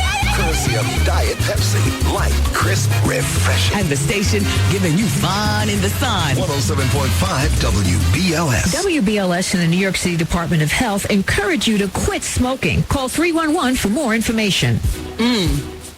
Okay, everybody, today's R&B and classic soul and the Wendy Williams Experience. Live and luxuriate on 107.5 WVLS. 27 minutes now after 4 o'clock. And shout out to Daryl over at Virgin. He says, Wendy, why are there only white and Latino women in Puffy's cologne commercials? Where are the black women? Hell, why not just put Latin boys? How you doing? And he smiled. I don't know. I haven't noticed. I didn't notice. Okay, let's go to the telephone. Shell is on line number 5, and she's 29, wants to talk about teen pregnancy. Hi, Shell. Hi, Wendy. How are you? Okay, and you? I apologize for the wait. Go ahead. I was just wondering, I have a 15-year-old niece, and we just found out that she's 5 months pregnant with twins. And are you the facts that I was just reading, how her belly is not showing? Right, her belly wasn't showing in 4 months. I sent you an email. Oh my gosh, yeah, and I just finished reading it like 30 seconds before I picked up the phone. Wow. And the crazy thing is, my radio, I don't like to play my radio in the office, so I listen to on my cell phone. Yeah. And I lost my connection. So I'm trying to get it back together, and I'm holding, trying to get it back together. I'm sorry, okay. But I finally got it, but, I just feel like she's throwing her life away. She don't, she's going to end up with a McDonald's job or welfare the rest of her life. Yeah, well, I mean, it doesn't have to be that way. I know it doesn't have to be that way, but she won't listen to us. Her mother, my sister acts like she's scared of her. Is she in love with the baby's father? That's another doozy. She's not sure who's the father. Wow, one of those. Right. She had a son already. Oh, what? Who's a year. Yes. He's a year. Okay. And it was actually her son's father that called my sister and said it sounds like her life is over. She will be working McDonald's for the rest of her life. All right. It doesn't have to be that way, but she's setting herself up to have to climb out of such a deep hole. I don't know that I don't even know if I have the strength and resolve for something like that. I mean, would you have the strength and resolve to persevere if you got pregnant at 14, 15 years old? Are you me? Yeah. No. I don't think I would be able to. I have 2 children already. I had my first child when I was 22, and it's hard. I would not have the resolve to continue with school. If anybody made any extra time for me to go to school, I think I'd want to take a nap and sleep or go out and party with my friends. I would not want to be going to school. I don't know. I mean, do you have a question or you just wanted to vent? No, I really wanted to ask if you know, like, any services like for teenage pregnancy moms to go to school or anything. Something where she really... Isn't it so interesting? My mother does volunteer work 3 times a week in Miami. And she volunteers at a high school specifically for women with kids. And she's helping to prepare these the high school girls for some sort of state test that you have to take in Miami in order to get out of school or whatever it is. Anyway, she's teaching. And I'm sure that there's something like that in New York. I'm surprised that you're calling me as opposed to opening up the services part of your phone book and taking a look. Oh, that's a good idea. Or calling the New York City Board of Education to find out. Yeah, well, that's what I'm here for, Shell, to lead you in another direction. So I don't have to do it. Yeah, Michelle, you can continue listening to the show, though. I am sure that after you get off the phone, somebody's going to call, fax, or email me telephone numbers and organizations. In the meantime, Michelle, you're the one with the problem with your family. You all have to become more proactive in helping this girl, and she's got to become more proactive in helping herself. Right. I really understand that. Yeah, well, that's what I'm trying to do, but... How's your mom handling it? Her mom? Yeah. Well, her mom is nothing she can really do. I mean, her mom had her at 9. I'm sorry? How old was her mom when she had her? Oh, no. My sister was 31. Oh, see? Wow. She was 31. The youngest in our family to have a baby before her was 20. Wow. What is it? Is it drugs? Is it what's led her astray? I have no idea, Wendy. Oh. I have no idea. Oh. Well, there are plenty of services out there waiting for you. You just need to open up your phone book, and if you can listen to the radio in a low roar, I'll deliver something by the bonus hour. Can you listen to the bonus hour? Well, I just started listening to you again. I'll be on a train from 5 to 6, so I'll pick up again at 6 o'clock. Okay. It's 6 o'clock to 7 is the bonus hour. Okay. I'll give you a moment to get stationary. That's at 6:15 or after. I'll say the services. Okay. Okay, that'd be great, Wendy. Thank you so much. You're very welcome. Bye-bye. Bye-bye. I normally don't reserve times to say stuff, but in her case, I will. I'll gather all the information I possibly can via you guys helping, and then I'll let her know in the bonus hour. Wow, that's devastating. My niece is 15, so and I know that would tear us up, and we would tear her up. She probably wouldn't make it to the end of gestation. Tear her up. What? Line number 2 is Rose, her boyfriend of 10 years. Oh, she did. Kay is line number 1. Kay, 1. Hi, Kay. Oh, wait, I talked to Kay already. Wait, no. Line number 4 is Angie, the 26-year-old virgin. She's dating a 26-year-old virgin. What should she do? Angie. Hi, Wendy. Angie, it's a man? Yeah. We acquainted after not seeing each other for maybe about 6-7 years. Oh. We met in high school, and it was maybe about 4 weeks, 8 weeks, something like that. And a few years went by. We reacquainted. Yeah. Everything is great, Wendy. Good job. He still goes to school. No kids. Never been married. He's doing his thing. Now, when it came to the point where we were doing, foreplay, starting to get into it, right. He never gave me a hint. Never. Okay. I was loving it. Okay. And he said, I want to take it slow because, we acquainted with each other. I want to do it right. I don't want to mess anything up. Okay. So I said, you know what? I threw him off for me. I said, I'm going to go take a cold shower. He ends up coming in with me. You got to love the Boricua accent on the words. I love it. Go ahead. Keep talking, AJ. I could listen to you all day. So we're in the shower and everything, and I started to give him a professional. So, when you start using your tongue in certain sections or whatever, yeah, girl. Most guys, they have the normal reaction. He is going all out, trying to get out the tub, wiggling himself out. Oh, my God. Oh, Queenie, all scared. So my thought was, I said, you never really had it like that before, did you? You never felt it like that. So his only response was, no, not like that, not like that. And later on, he apologizes. Well, not even.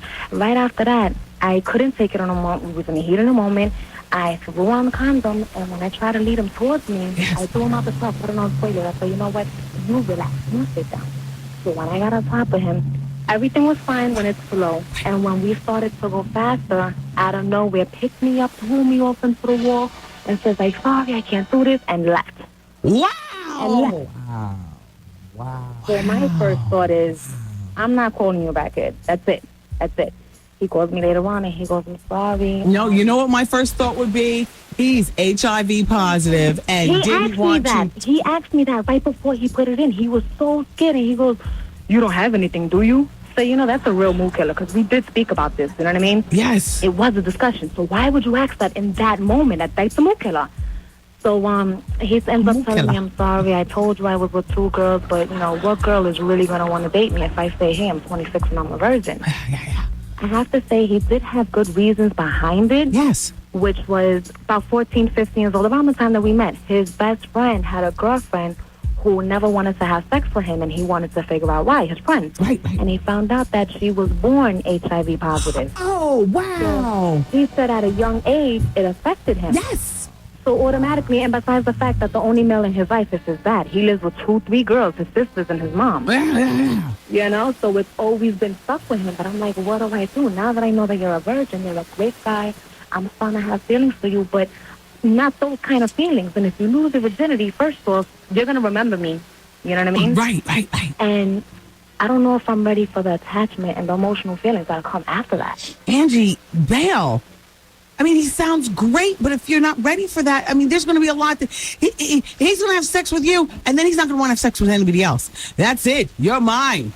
Yeah, but Mama. My closest girlfriends, they said, why don't you get me a virgin? Get me one too. Are you kidding me? You can mold them into whatever you want. Exactly. And not only that, they think you're a superhero. Any professional you give them. Hell, they splash off when the wind blows. Everybody's telling me that I can go 2 ways. Either I can mold him into what I want, and he'll be mine, or he can just get too into it and then want to, jump around, you know what I mean? But I believe in my heart that it's going to be attachment because I see the way he is now, even when it's just 4. Yes.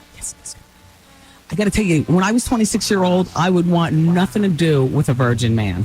No damn thing. That's fine. You are much more. I'm trying to look past that. I'm trying to look at the good qualities in him. Everything else about him is I wasn't looking for good qualities at that point. I wasn't looking at, you know what I'm saying? Like, you know, number. That's it. Because, you know, it's hard to find a good guy nowadays. Yeah, I know. Especially at Yeah. that age, doing your thing, you know. Yeah. I live in Brooklyn, and in part of Brooklyn that I live in, you don't find so many of those. Yeah. Angie, I don't know. You're going to have to weigh that one out yourself. What a great story, though. Thank you. God, I got to tell you something. I would, girls. Girl, I always have stories for you. I can call you every day and give you another one. I could listen to you all day tell the stories. God. Oh, this is incredible. I got to tell you something. When I was 26, I wouldn't have wanted to deal with a virgin man. Yeah, but you know, I have a 4-year-old daughter, so you know, they've never met. They've seen each other, but they've never met. She doesn't know him because I don't want to do that until I know it's going to be something serious. That's you know? good, yes. But I would love to, in between all the other phone calls that I take, if you could just tell me, girls, this 26-year-old virgin, if you're 26 and you meet a guy, he's 26, does that interest you? I'm not interested. I'm not interested in the emotional attachment. I'm not interested at that point in getting married. I just no. Yeah, but he let me see all the good things about him, and then waited until the heat of the moment. Yeah. Blew me off. I went straight into the wall, Wendy. Yeah. You know? And then now it's like, okay, I'm a virgin. I'm sorry, you know, but I like you. Great story. Angie, I have to go. Angie, I have to go. Goose is getting mad. I love you, Wendy. Thank you. I love you too, Angie. Bye. Wow. All right, look, we'll continue with the break. And the hour of truth too. We're gossiping through today. It's 107.5 WBLS. Don't come around here with that Wendy Williams. Get your facts straight up. Shout. Experience.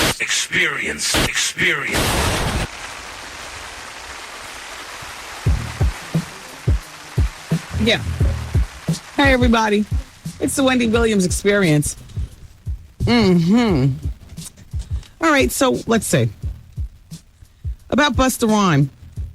Busta, you know, this show has uncovered a bit about you by virtue of interviewing with your baby's mother, meeting one of your sons and whatnot. Now we have the New York City police inquiry dating back to June of 1997, when you snitched on your baby's mother, but you wouldn't snitch on, you know what I'm saying? It's just like, wow. Then again, you know what? No, there is no then again for this. And I'll open up the phones.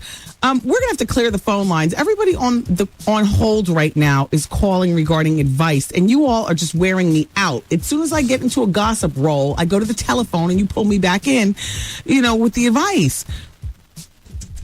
Oh boy. Yeah, I'm just going to clear the phone lines because this is a short break anyway. So, you know, Israel Ramirez, his body was just laid to rest. Longtime friend and security guard of Busta Rhyme, gunned down outside of the video shoot for Touch It.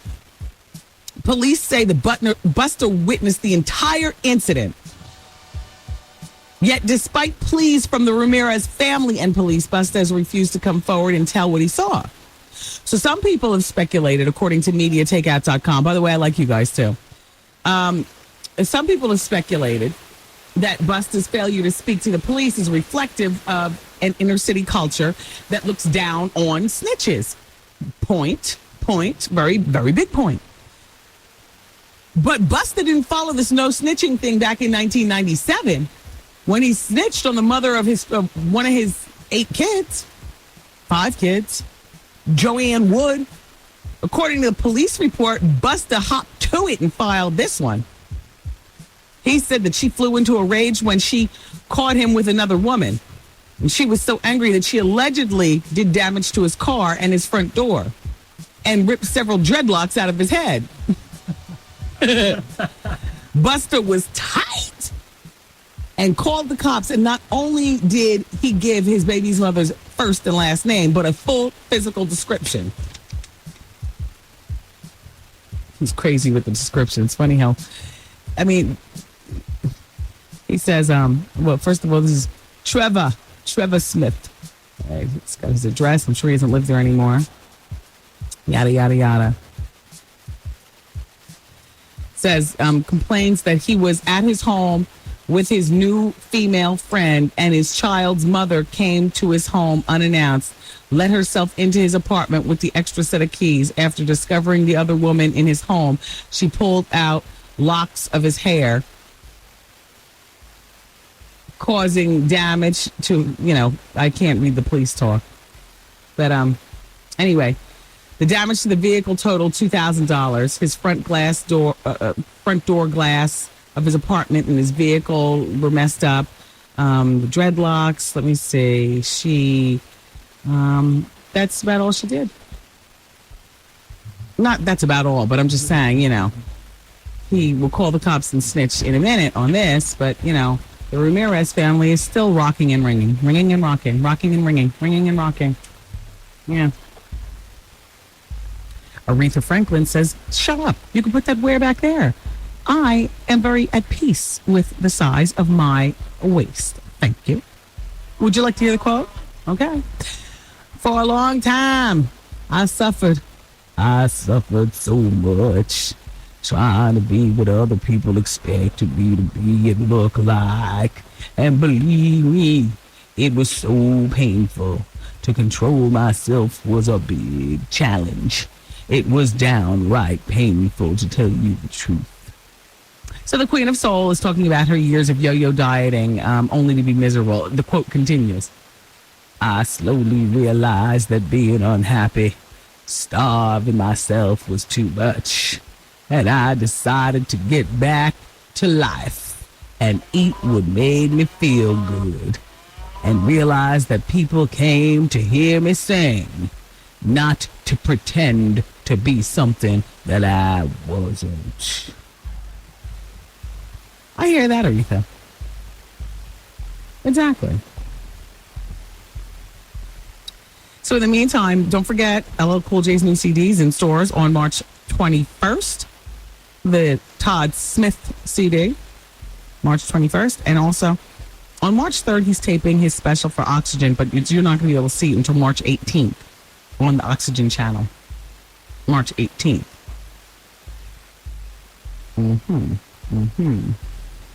Terrence Howard. Terrence Howard is Rick James. I mean, I think that with the proper makeup and hair and whatnot, I mean, why couldn't he play Rick James? I don't know that much about the boxer Joe Louis. I don't know that personality. I don't know anything like that. But why couldn't he play Rick James? That's what they're saying. Oscar nominee Terrence Howard is in talks to play both Joe Louis and Rick James. Jay. I don't know about the Joe Louis one, only because I can't. But Rick James, wow, why? I mean, why not? He certainly is angry enough, judging by his signature on the note that he sent me today. And not that Rick James was angry, but he having a hoe.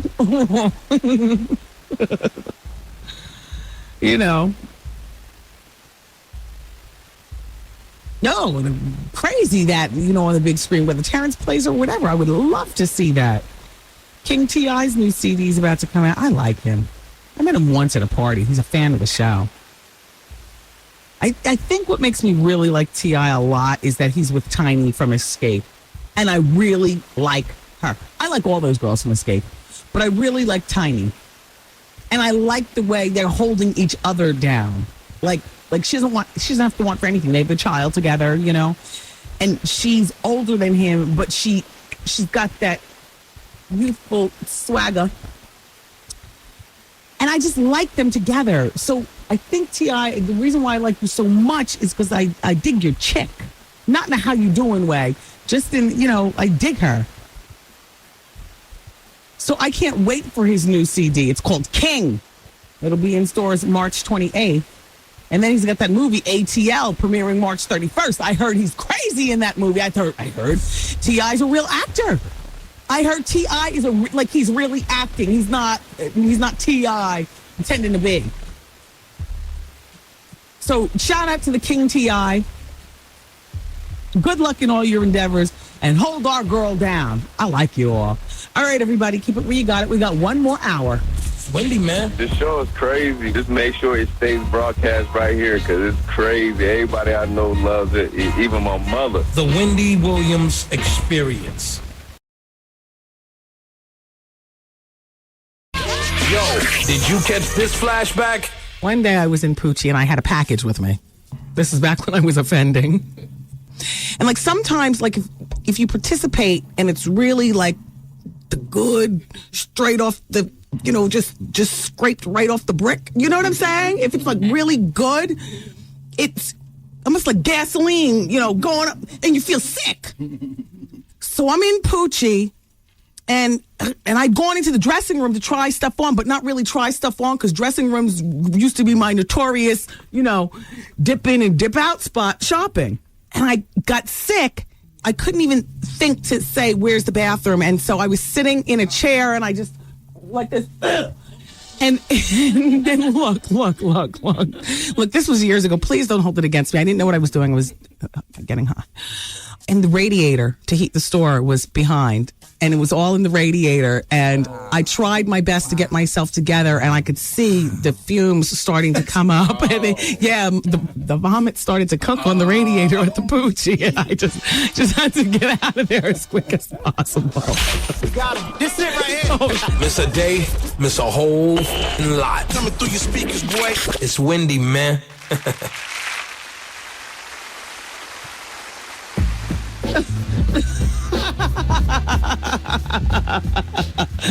Thank God for second chances. Woo! It's the Wendy Williams Experience, everybody. Yes, it is. And if you're just turning us on, where you been? All right, then. You know, Justin, on second thought, I will take telephone calls. Yes. And we will take them blindly for right now. Hello. Hi, it's Wendy.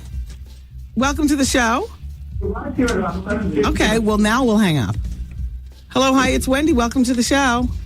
Hello, Wendy. Hi, how are you? Hi, pretty good. Good. I was holding before, but I got cut off. Okay. I called in reference to breaking free from a relationship. Okay. We have one child together. It was 4 years, and now it's 6 years later, and I'm still stuck, and I don't know what to do. I'm like, you know, the only thing he does for me, he puts it down financially and sexually, but everything else, I hold my own, Wendy. Yeah.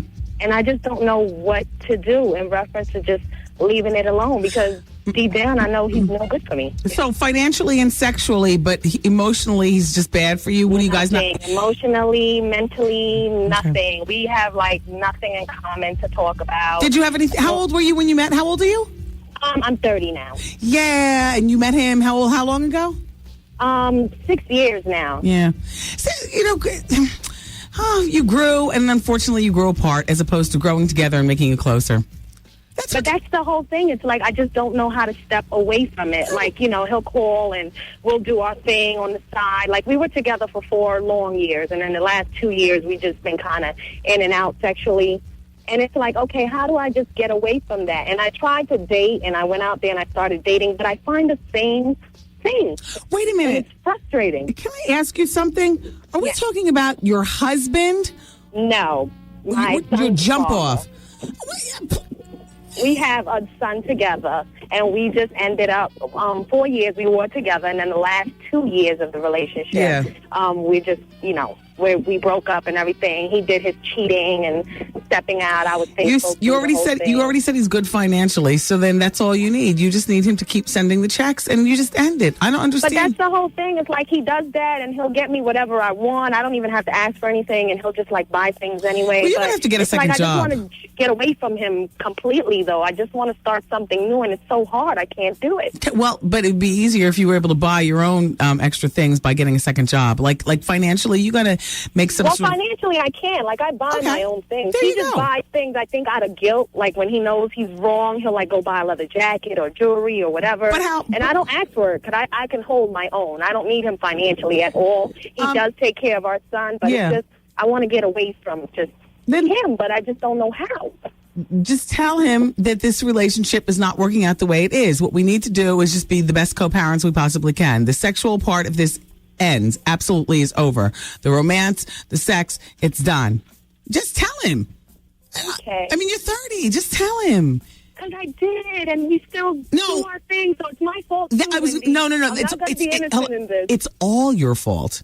Yes, if you told him and you still do your thing, it's all your fault because you're the one who has this conviction to leave it alone. He is able to persuade you to sleep with him, and it's all your fault because you're too weak to stand your ground. It's all your fault. Yeah. See, you got to get stronger.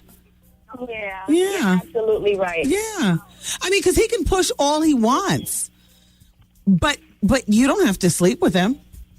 No, I don't. Yeah. And I've tried to go out there and date, and I just find the same exact thing. It's so hard. It's just, Hey, listen, sometimes we think the grass is always greener on the other side, and it's really not. As a matter of fact, sometimes you come up with something worse than what you had. Exactly. In which case, you have to decide, do you want to stay with what you have, or would you rather just be by yourself? Well, I tried that, like to be by myself. Yeah. I even locked it down, Wendy, and said no sex, but, Yeah, no. you know how we women sometimes just get... No, I don't understand that type of weakness. I really don't. I don't. I hear how you women, some of you, I don't understand that kind of weakness. Nobody's ever slayed me to the point of slativity where I'm going to stay in something bad. Let's go to another line. No, I don't understand that. Am I crazy because I don't understand that? Am I crazy because I've never had, that type of... it's never had that type of effect on me. It's never had that type of effect on me. Addiction. And I've had good. I get good. Oh, yeah. But I'm saying it's never had that effect on me. I've always stayed focused on, what's important. Whether it be a package in the bathroom or... Shut up. All right. Jessica's on line number 7. She wants to talk about plastic surgery.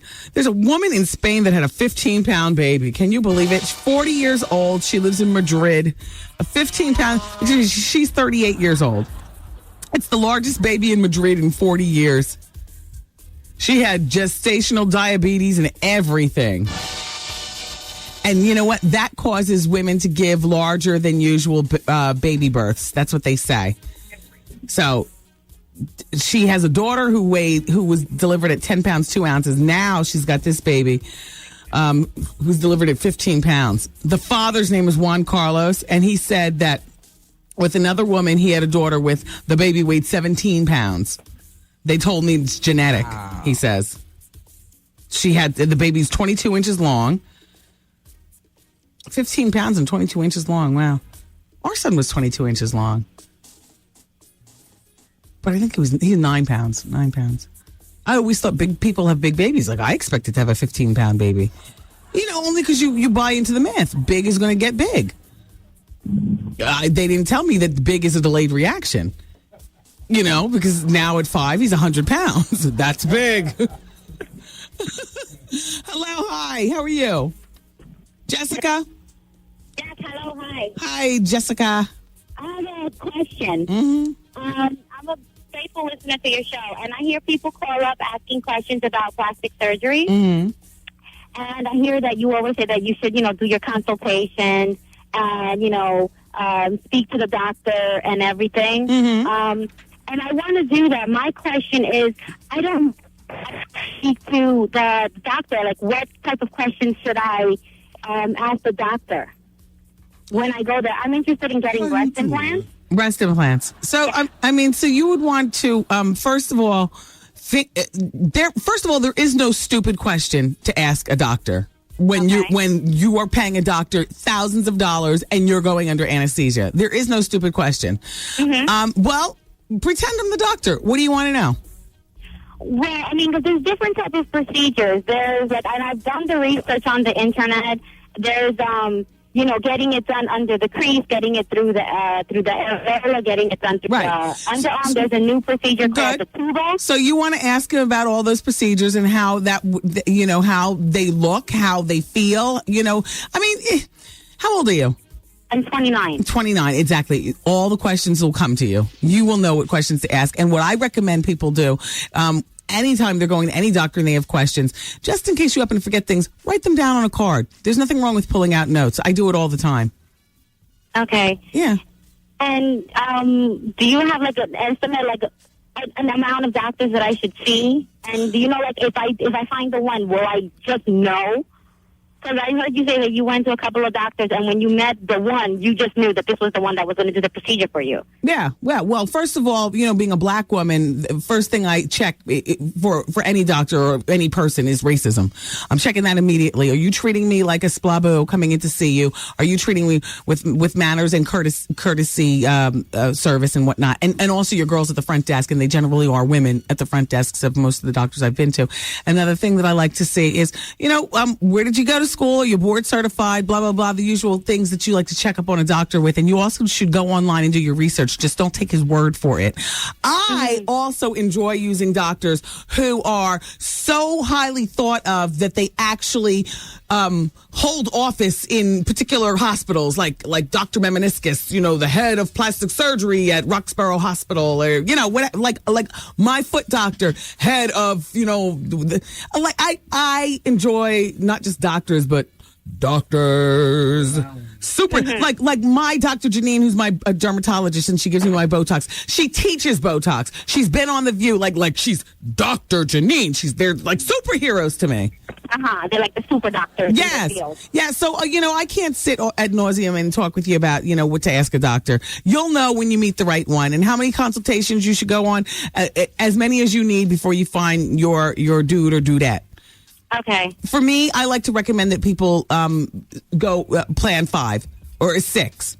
Okay. Plan 6, and then if you can't find anything, then plan the 7th and 8th and 9th and 10th. Good luck. Bye, Jessica. Thank you very much. Mm-hmm. Tanisha is on line number 6. She just wants to say what's up, so I will say, what's up, Tanisha? Hey, Wendy. Uh-oh. I have a bone to pick with you. Well, that doesn't say bone to pick on the computer. It just says what's up. Mr. Man, take better notes. Oh. Okay, how about I was in Miami for a week, and I know your parents are down there, and you do not want them in your BI. But, girl, there's nothing on the radio in Miami. And there'll stay nothing on the radio in Miami, because I don't need them all up in my business. No. And let me tell you, there is no one in Miami with a damn wireless connection. I couldn't even get you on the internet. My sister sits and spies on my life every day in Miami. She's back to work. She wasn't working for a while. She was just luxuriating, and now she's back to work. And she tells me, guess what I do at work? She said, I listen to you. I'm like, oh, please don't tell mommy and daddy. I tried. I had to drive for miles just to get a wireless connection. Wow. I'm like, okay, I'm pathetic because here I am driving across Miami looking for a wireless connection to listen to the Wendy Williams Experience. I think I took a bobblehead dart or something. I love it. Well, thank God you're back. Well, that's love, Wendy.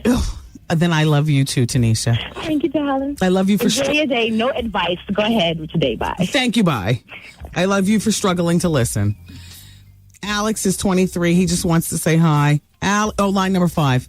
Alex, hi. Okay, bye. Ron is 26. He just wants to say hi. Ron is at the Borgata Hotel and Casino. Okay, he's gone too. All right, Foxy needs money. Should I go back to stripping? That's line number 1. Hey, girl. Hey, girl. Foxy. Yeah, Wendy? Yes, you need money. You want to know if you go back to stripping. Well, you're 25 years old. What do you do for yourself? You in school? Well, I finished school, and we're currently, I ran into some problems with my rent, and I'm owed $1,200. Mm-hmm. I don't know what I'm going to do, Wendy. And although I'm dating a doctor right now. What? Wow. What kind of doctor? He's an ER doctor, emergency room. Oh, and he's busy all the time. He doesn't have any time for me, and I can't ask him for that money because I'm kind of very independent, and I really don't want to go back to that business, but right now, I might have to. So I wanted to get advice from you. How long have you been dating the doctor? For like a year.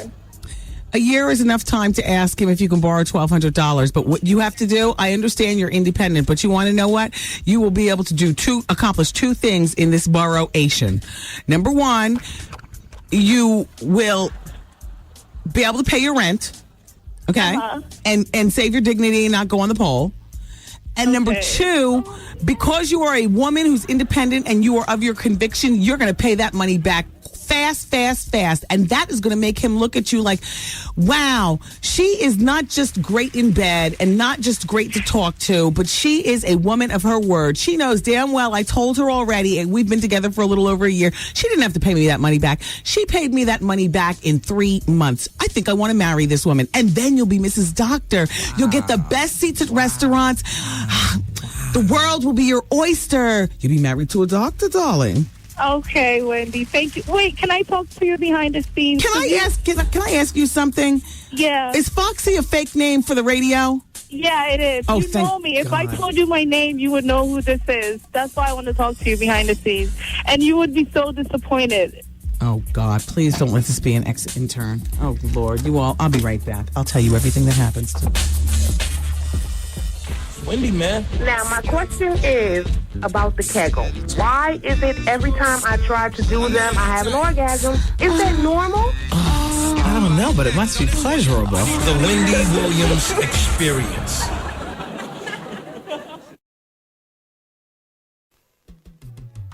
Hello? Oh, wait, turn my headphones back up. You cannot believe. Yeah, no, not an ex-intern. Even worse. A girl that I mentored a bit.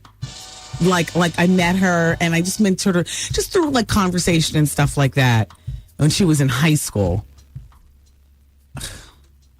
Yeah. The girl who, is dating the doctor.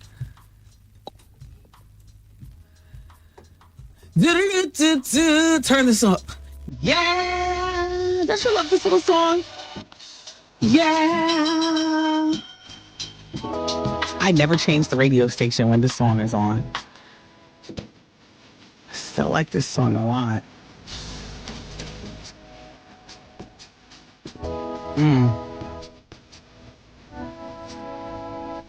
Anyway, everybody, it's the Wendy Williams Experience. We're going to make this a relatively short break because you and I have the bonus hour at the top of the hour. See, everybody else doesn't get that. Everybody else, they get the next show. The next program, the next bit of station programming. And for us, we spend a whole another hour together. But I did want to let you know that tonight, don't forget the Wendy Williams Comedy Experience at the Laugh Factory. I will see you at the Laugh Factory tonight. We had a fabulous time last night at the champagne party. I mean, I had a really good time. You could actually go to see the pictures online at wait, let me see the websites. What is it? Talkofnewyork.com or Das Was Poppin'. Excuse me. Das Was Up. DasWasUp.net. DATZWHATZUP.net. There's actually more pictures though on Talk of New York than DasWasUp.net, but they're both there. And Takara came to the party last night. There's a picture of the two of us, and because we're both big girls, but I've seen her in a bathing suit and I know I'm bigger, so I straightened my back up on talkofnewyork.com. I straightened my back up and poised my hand next to me on the bench, and it looks like I'm holding in my stomach because I am. I'm trying to look skinny. Damn, Takara. Such a fight. The whole diet thing. All we do in the pink room here is talk about what we didn't eat, what we've eaten, how we've slipped up, plastic surgery. We don't even talk about hair. We don't even talk about hair in the pink room for the most part. Everything is centered around diet and how to lose 3 pounds, 5 pounds. Like, really. It's like the perfect mix. Me, Nicole, and Elisa in there. Taryn's back and forth. Taryn's busy. She's busy producing. But us, forget it. Somebody sent us strawberries today, and they, on the sticks. And Elisa says, "What? No hot fudge?" And I look at her and say, "We should be happy for that. You know how many calories are in hot fudge?" And then Nicole says, "Wendy, I'm thinking about liposuction." I stuttered, Nicole. I didn't know whether you wanted that to be public. It'll be years before you actually do it. Thinking about and executing are two different things. She says, I was reading In Touch magazine. I could get a tummy tuck for $2,500. I said, no, that's a misprint. Then back to Elisa. Well, no, I don't want the strawberries if they don't have any dipping sauce. I'm like, I can't eat them because I just finished eating my allotment of what's doozin'. Oh, my gosh. It's just a mess. Who is that? That's one of the dancing girls from last night? That's who you were all pushed up on? Wow. What website is that? That's what's up.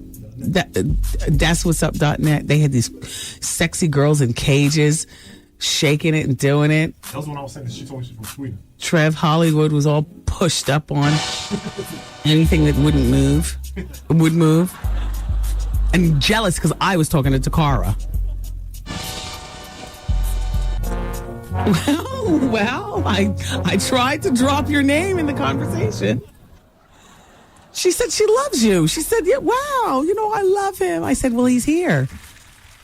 I guess that's when she was supposed to break conversation from me and make a beeline to you. Except she was on a date with Dr. Ian. He's married, but I'm sorry. I have my opinion on heterosexual, that's what's up people, just being friends. I think that it's just, you're just waiting for the sex, and the sex is so good because you've been friends for so long and both of you have known what you've wanted, but nobody's voiced it, and now you're finally luxuriating. I don't believe. Of course, Dr. Ian, I believe what he says. He's married. He loves his wife. Takara would never get with a married man. She is single and gorgeous in New York. His wife is in Chicago, where she's a doctor and a lawyer, and she comes back and forth to New York. He is cutie pie, Harvard bred, and a doctor. Two of my favorites in one, Ivy League and the DR period. And Takara's just going to let that go? They get to the party and, Shawnee Catering, you just did a fabulous job with the food. Look, I got to tell you guys about this during the bonus hour. Remind me to pick up on this conversation, though. I got to tell you what was going on. But I say all that to say, look, Trev Hollywood's in here. You don't normally say much, but I just want to ask you, is it possible for a very good-looking, when I say attractive, I mean the whole package, great job, great thing, to be just friends? I'm talking about just friends. Platonic? Yes. In the back of your mind, you want to twist them out. Of course you do. And you know what you're waiting for? The weak moment. The right opportunity. Exactly. AKA the weak moment. Of course. And if your wife is out of town all the time, does that present a right opportunity? And if she doesn't have a boyfriend, is that the right opportunity? Yeah. Case closed, people. I might as well just tell you the rest of the story. So anyway, it turns out they were at dinner together before they came to my champagne party. Exactly! They were at dinner together! Candles are flickering. The gorgeous Takara looking even more gorgeous under the flickering of the candles. Dr. Ian's teeth as healthy as they are regularly, just looking, wow! Dynamic! Just, youthful and dynamic. He's a cute guy. You've seen him on the Fit Club. He doesn't drink, but she does. Like a fish. No, I'm just playing. I don't know that. But she has drinks. So there they are at dinner. Him monitoring her food. Her monitoring his situation. Wow. Them monitoring each other. Her excusing herself for the bathroom. Him breaking neck to follow her rotund booty to the bathroom. Right? I don't think he's going to appreciate you putting him on blast like this. It's not on blast. This is me. This is in my own crazy Wendy world. This is in my head. Only because I'm small-minded like this. I'm small-minded. I don't believe that men and women can strictly be friends without anything else involved. And I'm not talking about any man, any woman, because, there's plenty of men and women that can be friends. That's because ain't nothing happening. Nobody's attractive. Nobody's personality. Somebody has a muck mouth, like that. I don't like it. I think it's very uncomfortable. I think it's very uncomfortable.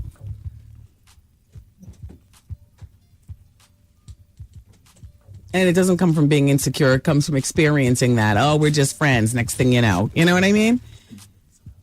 Oh, Yeah. What if you're secure?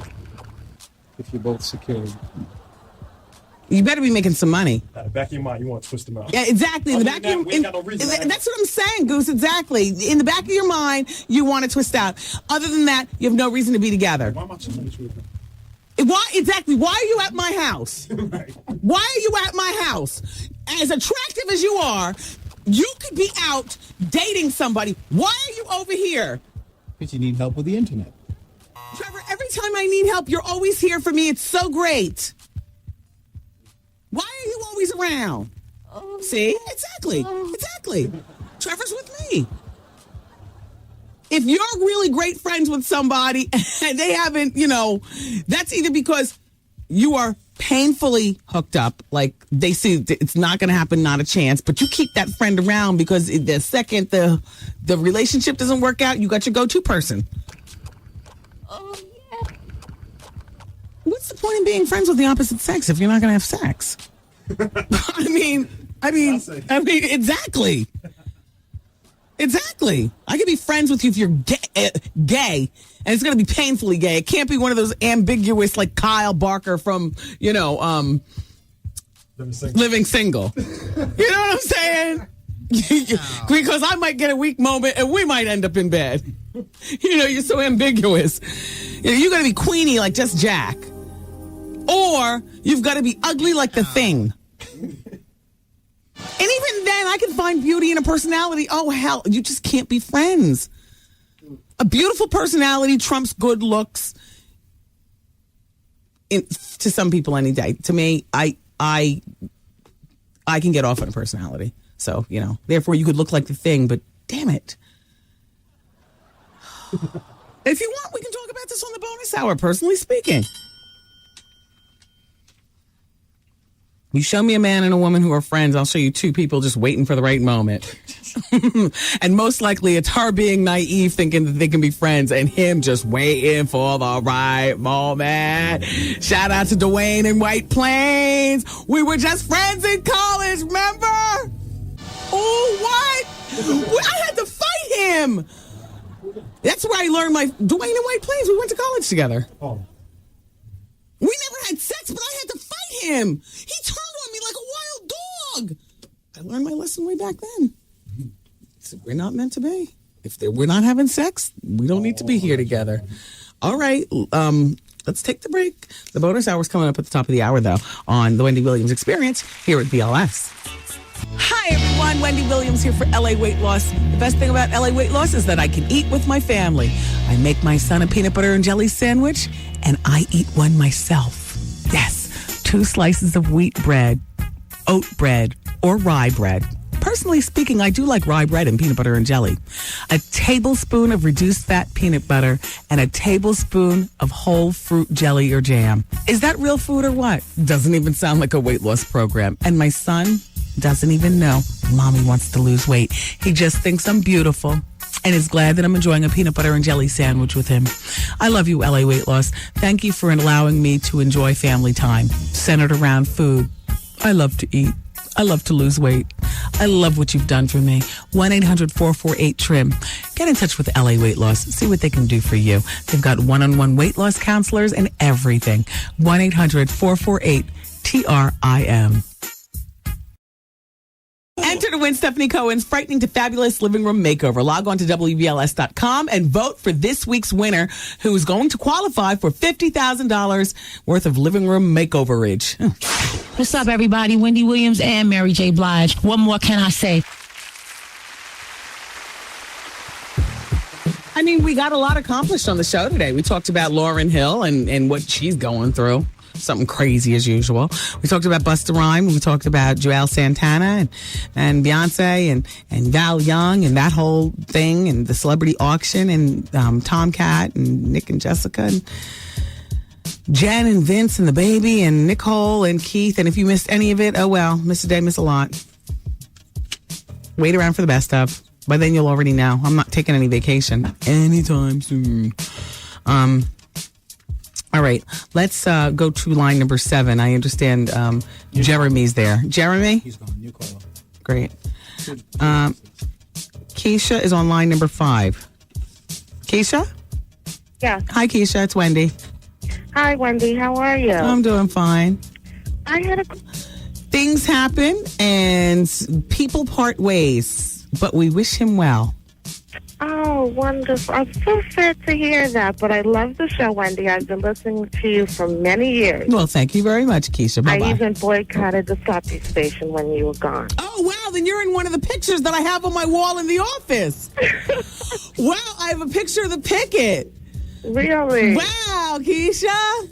And then I moved away to California, and the same year that I came back, you were back on the radio. Wow. Thank you, Keisha. Keep up the good work. Thank you, and I appreciate you listening. Take care. Bye-bye. Okay, bye-bye. Line number 4 is Tamika, and she's 29. She wants to say hi. Hey, Tamika. Hey, Wendy. How are you? I'm doing fine. How are you? I'm doing well, thank you. Like I just told the other woman, people part ways. He's doing well. I believe he is... When last I talked, well, you know what? I'm not going to even say. But anyway, things happen. He's doing well. And thank you for calling. Oh, thanks. Bye-bye. Bye-bye. Let's go to... Is there anybody else on hold? Yes. All right. Well, let's just hit these lines. Hello? Hello. Hi. Hi. How are you? I'm fine. I was waiting for Wendy. Yeah, no, this is Wendy. Turn your radio all the way down. Okay, I'm sorry. Hi, Wendy. How are you? Fine, thanks.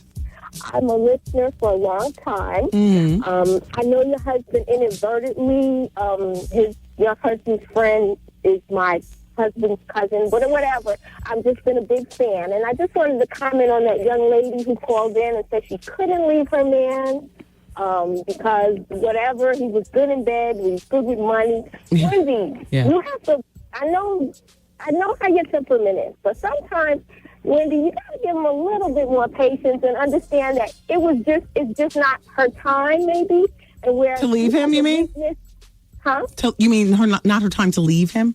Right. You know, she has a weakness right now. Just like you had a weakness in your life at one time, this is her weakness. Yeah. And it's not her time to leave. Am I correct? Because you said you just couldn't understand it. You just have no tolerance for it. And I understand that. I'm over 45, so I understand kind of where she's been because I did and I do sometimes have that. I am married right now. Yeah, but at one point you had a boyfriend and you were weak for the sex. It was very weak. I was one of those little weak women, loved them to death, had, you know, they were really nice to me. And but I'm talking about the sex because you see what she's weak for. She said the sex is really good. And she said she has her own money. Exactly. I mean, it can't... You have those weaknesses and you just can't get rid of them until it's time. You're ready to get rid of them. You understand what I'm saying? That's what I'm saying. We all have our weaknesses in life. That's just one of her weaknesses. I see what you're saying. One of her challenges. I love your advice that you give. I have a 27 and I have a 20 and I have a 10 and an 11. And we all listen to you. Wow, the family show, the Wendy Williams Experience. We all listen to you. We went to the Johns and Beavers. I came with the older girls, and we had a really good time. Good. We really had a really good time. And I also wanted to tell you I'm a parent coordinator, and we wanted to invite you. I'll send you a formal invitation. We're having a tea, like a mentoring tea for young ladies. Oh. And my principal, Dr. Lewis, said, would you please invite Wendy Williams? Because I hear she's so influential, and these kids lie. So can you see if you can get Wendy Williams to come up here and be at our tea, quote unquote? Wow! It's going to be on March 20th. I will see if I can send. Should I send it to the radio station, or can I come up and bring it, or whatever? But we would really appreciate it if you would come. Well, send it to the radio station. I make no promises until I look and make sure that I'm clear and that it's something that I want to be a part of and all like that. Okay. But already the idea of a tea and we're going to just like ladies and everything. Yes, tea. You're actually going to have a teacup with a teapot at each table. I love it. With flowers. I think our color is going to be lavender on lavender. I think that's a great thing for young girls. Yes. Yes, and she said because she has an open door policy in her office, and the children come in and they talk to her about all kinds of things, and Wendy Williams comes up, and she doesn't always agree. Oh. Well, she can be a bit much. Wendy is really sweet. I said that she's really a nice person. I said, and she really speaks her mind. I said that just like, unlike our principal, she speaks her mind. I said, I don't see what. So she said, well, could you see if you could get Wendy Williams? And I was trying to get you the invitation at the last Dons and Beavers, but I kind of got stuck in the VIP section, and you were in the other section, and I didn't get a chance to get over there. Okay, I didn't get a chance to give it to my husband's cousin. Blah, blah, blah. So, listen, just send the invitation. Make sure that there's a telephone number included, and I have to go to take a few more phone calls before we ride out. And I say thank you so much. And this is the first time I'm 47. It's the first time I've been on the radio ever in my whole life. Well, and you sound tickled. You Take sound. care. See you soon. Take care. Bye bye. She had a very youthful delivery until she said tickled. Right? That's an older woman's word. Yeah. I was just tickled. Woo! I love my time with you all. I hope that you say the same. My friends in my head, my family in my head, thank you so much for all of your support. God willing, we will be together again tomorrow. Until then, peace out. Did I just say that? Oh my God. Be easy. One. Bye, everybody. Later. Peace party, people. See you later. I'm saying bye-bye. Good night. Program complete.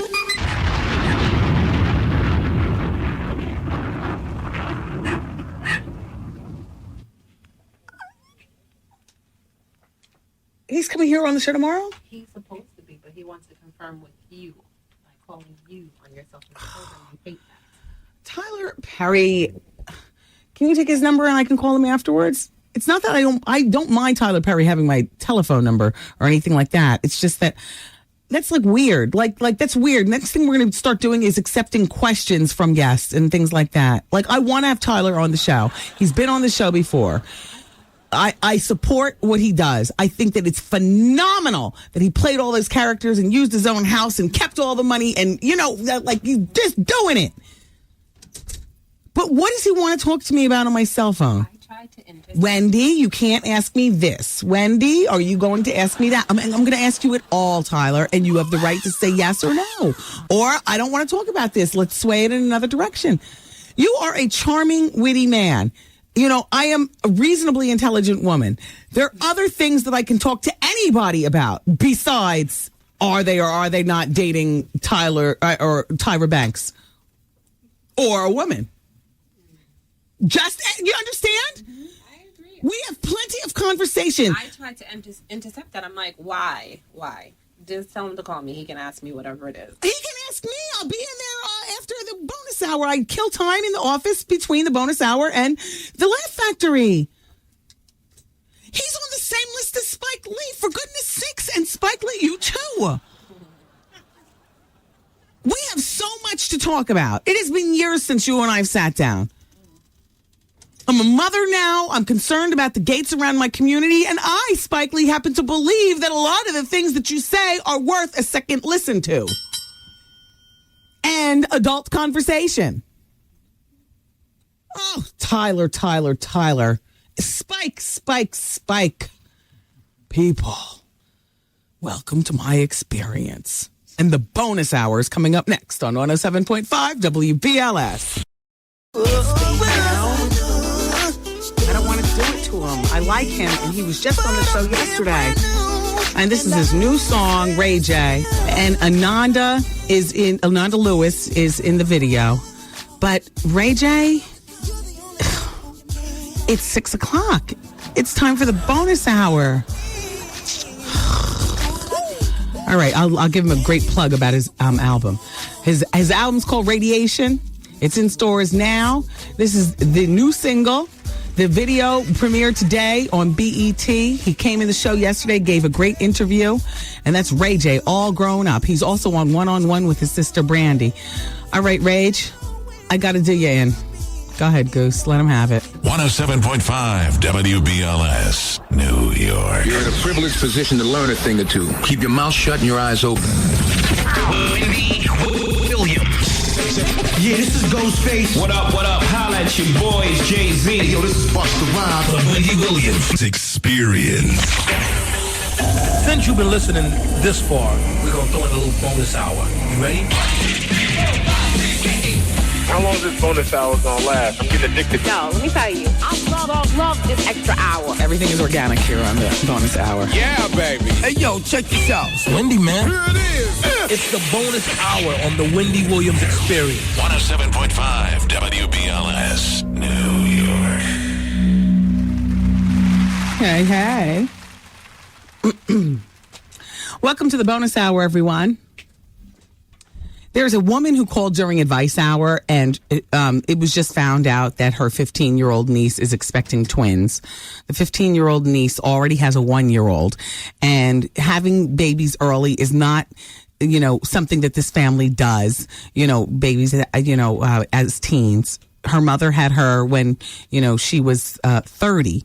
And, because I asked the aunt, well, maybe she's just mirroring what she sees. And, she said, no, that's not it. And she went on to explain, So, I told her that she needed organizations and things. She's trying to, gather as much information as possible to present to this young girl so that the young girl can, I guess manage to stay and turn her life around. I mean, for goodness sake, she's 15 years old. She's going to be a mother of 3. The twins that she's expecting, she's 5 months, and the 1-year-old that she has. So they're looking at her like, my gosh, what is going to become of you? Short of McDonald's, I didn't know what to say to the woman. When I asked her to, open up her own yellow pages and look for organizations and stuff. So she said that now she's in her transition period. I told her to listen during the bonus hour, and I would have gathered all the information that I need. And then I'll give it to her over the radio. So if you're in that position also, then sometime after 6:15, but before the bonus hour is over, I've got the information needed. Let's go to line number 3. T is there, 35 from Queens. Hi, T. Hi, how you doing, Wendy? You want to talk about men and women? Yeah, men and women. I don't think men and women could be friends because my boyfriend, this chick gave him a picture of her, and they said they friends. I don't think friends don't give exotic pictures of one another. No, they don't. And I just don't find that attractive with females saying that they can be a friend. I mean, a male. Well, it's not attractive at all. Could you be a friend? Could you be a friend to an attractive man? Not just attractive physically, but an attractive job, the whole package. Could you be friends with an attractive man? No. Exactly. No, because I know I want more from the package. And at a weak moment, fighting with your boyfriend, or maybe not even a weak moment. Right, and that's what I'm saying. That's the reason why I don't think women and men could be friends, because this chick that gave my man the picture, she wanted more. Of course she wanted did. more. And I just don't, if these girls need to know if they have, if a girl knows that he has somebody, leave him alone. That's it. Well, too bad it's not that easy. I know. All right, thank you for calling. Thank you, bye-bye. Bye-bye. Suzanne is back. We just talked. Let's talk to Ralph first. Suzanne, hang on. Line number 2. Ralph. Yes. You old fart. 62, huh? Yeah. Asking about the Laugh Damn Factory. Look, Wendy. Yes, Ralph. I came to the Laugh Factory because I brought a book, 2 books my wife wrote. Uh-huh. And it was all that security. You had to open the bag and all that stuff. But the funny part is this. Could have been a bomb. I came in. You didn't look at the book, but that's okay. I did my part as far as my wife is concerned. I brought them with me, though. Okay, but the thing of it is that I came into the Laugh Factory, and I'm sitting there for must have been a half an hour, and I could not see you. I thought you were on the other side, but what happened is that I didn't think you were that close. And then I'm sitting there for half an hour, and then all of a sudden, I see your hair pop up. Oh, my hair is the first thing you see, yes. Because your husband has a big head. Yeah, yes, he does. Your husband has a big head. I got a big head, but your husband's head is bigger than mine. Yes. But the unique thing about it is, I think that's your husband because he was real close to you. Oh yeah, that would be him. Yes. But the thing of it is that his body is big enough where his head looks I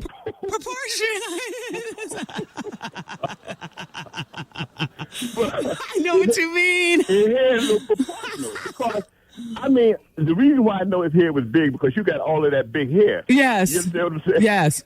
Yes. But you know, other than that, now, so I haven't ever been to a comedy factory program. Uh-huh.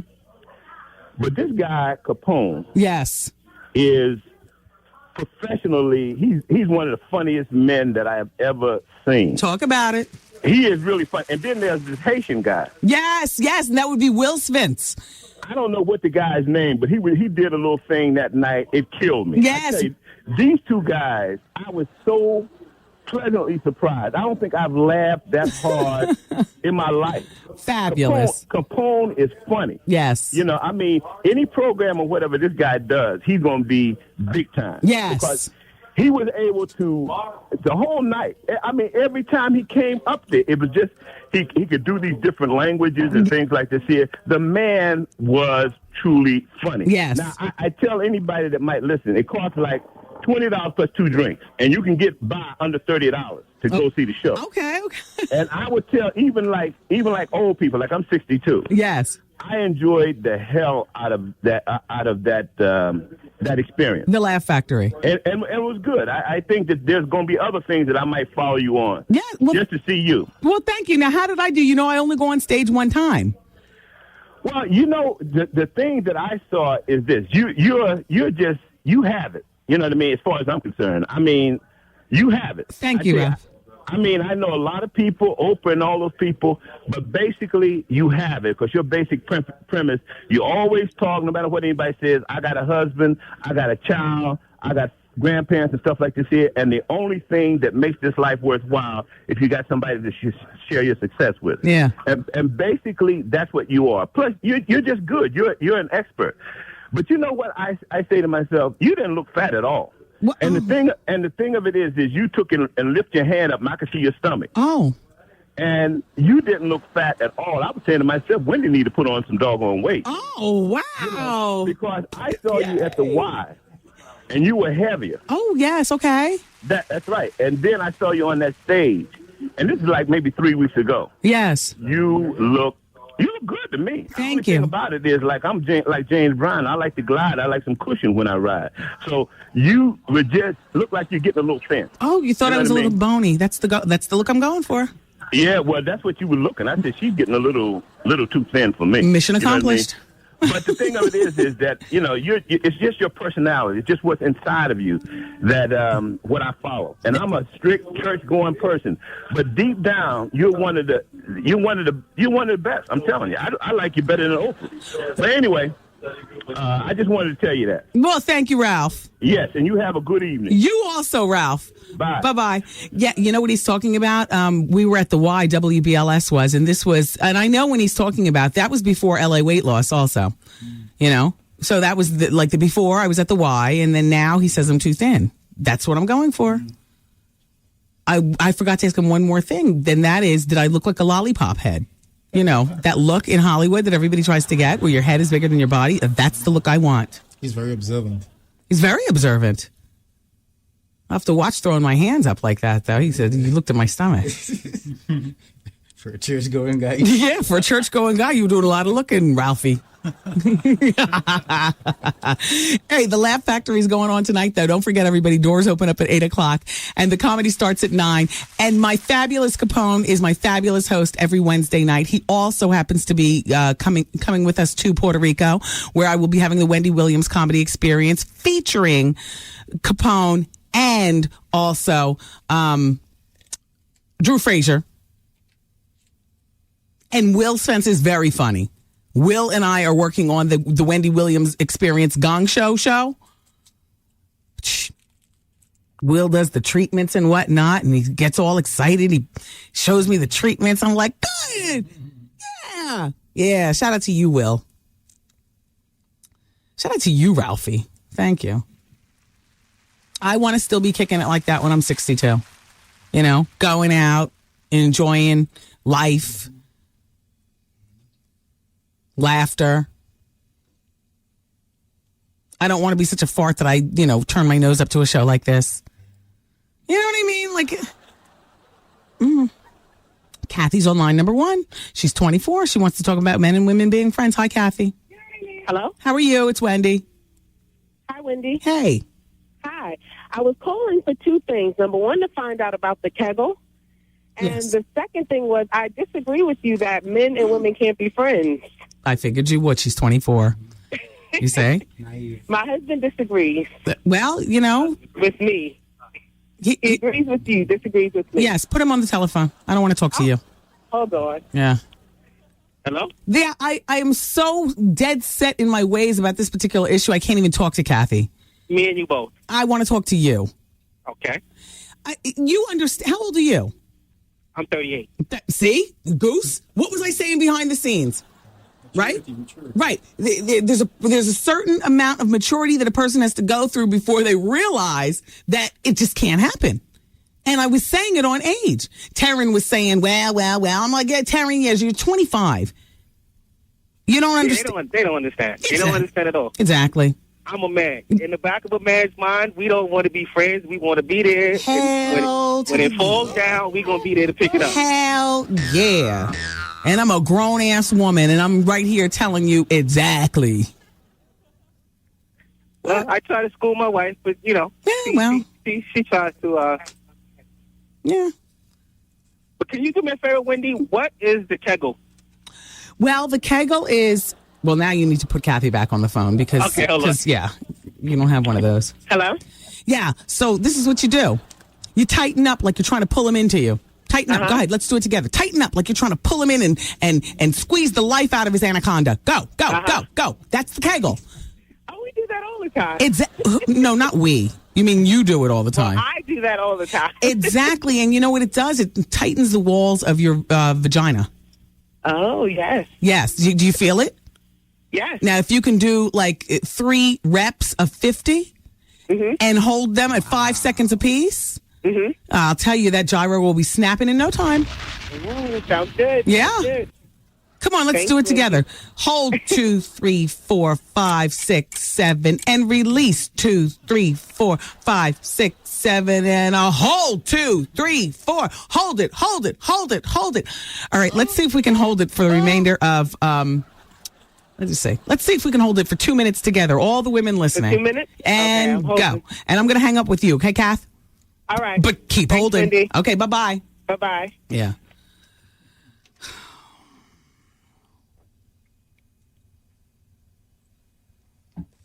Okay. Oh, okay. Susanna, this is her second time back on the phone today. She's on line number 5. She called earlier talking about a 3-way relationship. Susanna? Yes. Now you're back. Yes. No, what happened? I was on my cell phone and I kept getting disconnected. Yeah, but we talked earlier. No, wrong Susanna. It was a completely different Susanna. Oh, Susanna. That was the other Susanna that had something with her boyfriend and her ex-lover or something like that. Banjo on my knee. Yes, my situation is completely different. Okay, then explain your situation. Okay, was in a long-term relationship that went bad. Okay, right before the wedding, he decided he didn't want to get married. Okay, fine. I decided I didn't want a relationship. I wanted to kind of be me for a little while. Okay. Got into a relationship that was purely sexual. It was nothing but sex. The person I got into a relationship with had a serious ongoing relationship with someone else.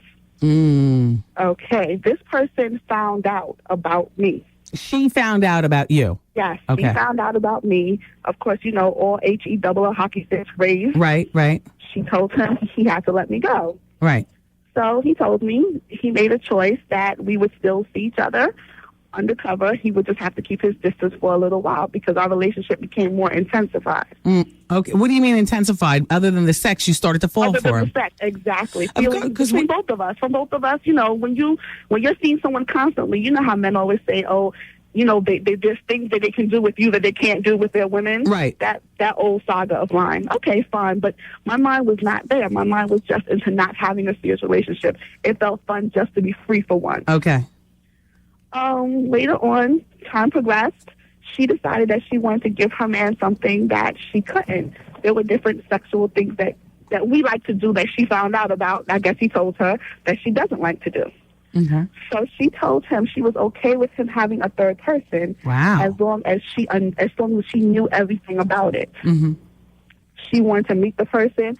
So now she wants to meet. Now she wants us to sit down and have a conversation, and she's even contemplating us moving in together. Wow. I'm not joking. Well, then you realize that like then I'm living in a toilet. First of all, you're not going to do that, and this is why you're not going to do that, because he's going to end up cheating on both of you and bring a fourth person into his life. Exactly, but it's not that serious between. I mean, as far as there are feelings there, because like I said, it's been over a year now. So there are feelings there, but my feeling is, my mother says how you get them is how you keep them. Right. And he wasn't mine to begin with, so I don't want to keep something that wasn't mine to begin with. Why don't you just leave him alone? I mean, I don't understand why you just can't leave him the F alone. Leave him alone. The sex, Wendy, I'm not going to lie. The sex is You're stealing somebody else's woman, and karma is going to come back and bite you in the behind. Yeah, you're right. Stealing somebody else's man, I mean. Right. Leave him alone. What the hell? How old are you, Suzanne? 31. You're old enough to understand sex is not everything. Now, I understand what good sex is. Believe me, I understand what good sex is. But you're going to let good sex ruin your life? Of course not. Well, I just think it's really weird that a woman would want to give so much for her man. I mean, to bring in the outside woman. Listen, people, there's no marriage doesn't have rules. People make up all kinds of things. The point is that why don't you leave this alone? I mean, really. If he's not strong enough to do it, now his wife is letting him, why don't you leave this alone? Put that where I hear you, Wendy. I know you hear me, Suzanne, but you know what I'm saying? No, it's true. I mean, I just want somebody to say it out loud. Yeah, leave him alone. Put that where? I mean, at this point, you are breaking up a household, and even though they're together, believe me, you're still breaking it up. Exactly. Do they have children? Do they have children? No, they're not even married. They just live together. Oh. Wow. Oh, wait. Whoa. Yeah, they've been living together for maybe 9 years now. Oh, okay. Well, then this is what I want to say to you. All you are is a vessel. Because if he was married, then I understand why he stays and you have to be on the side. You're not even worthy of girlfriend status. You're a whore he runs up in. Okay. It's true. If he's not married and he has no kids, no obligation to this woman, why hasn't he left her to be with you? Because I don't want to be with him like that. I was just enjoying the ride, the freedom of the ride without the commitment. So I didn't want to be with him like that. I just wanted to, I was kind of just enjoying without the stress because, like I said, I was in a long-term relationship. I got you. But anyway, leave him alone. Leave him alone.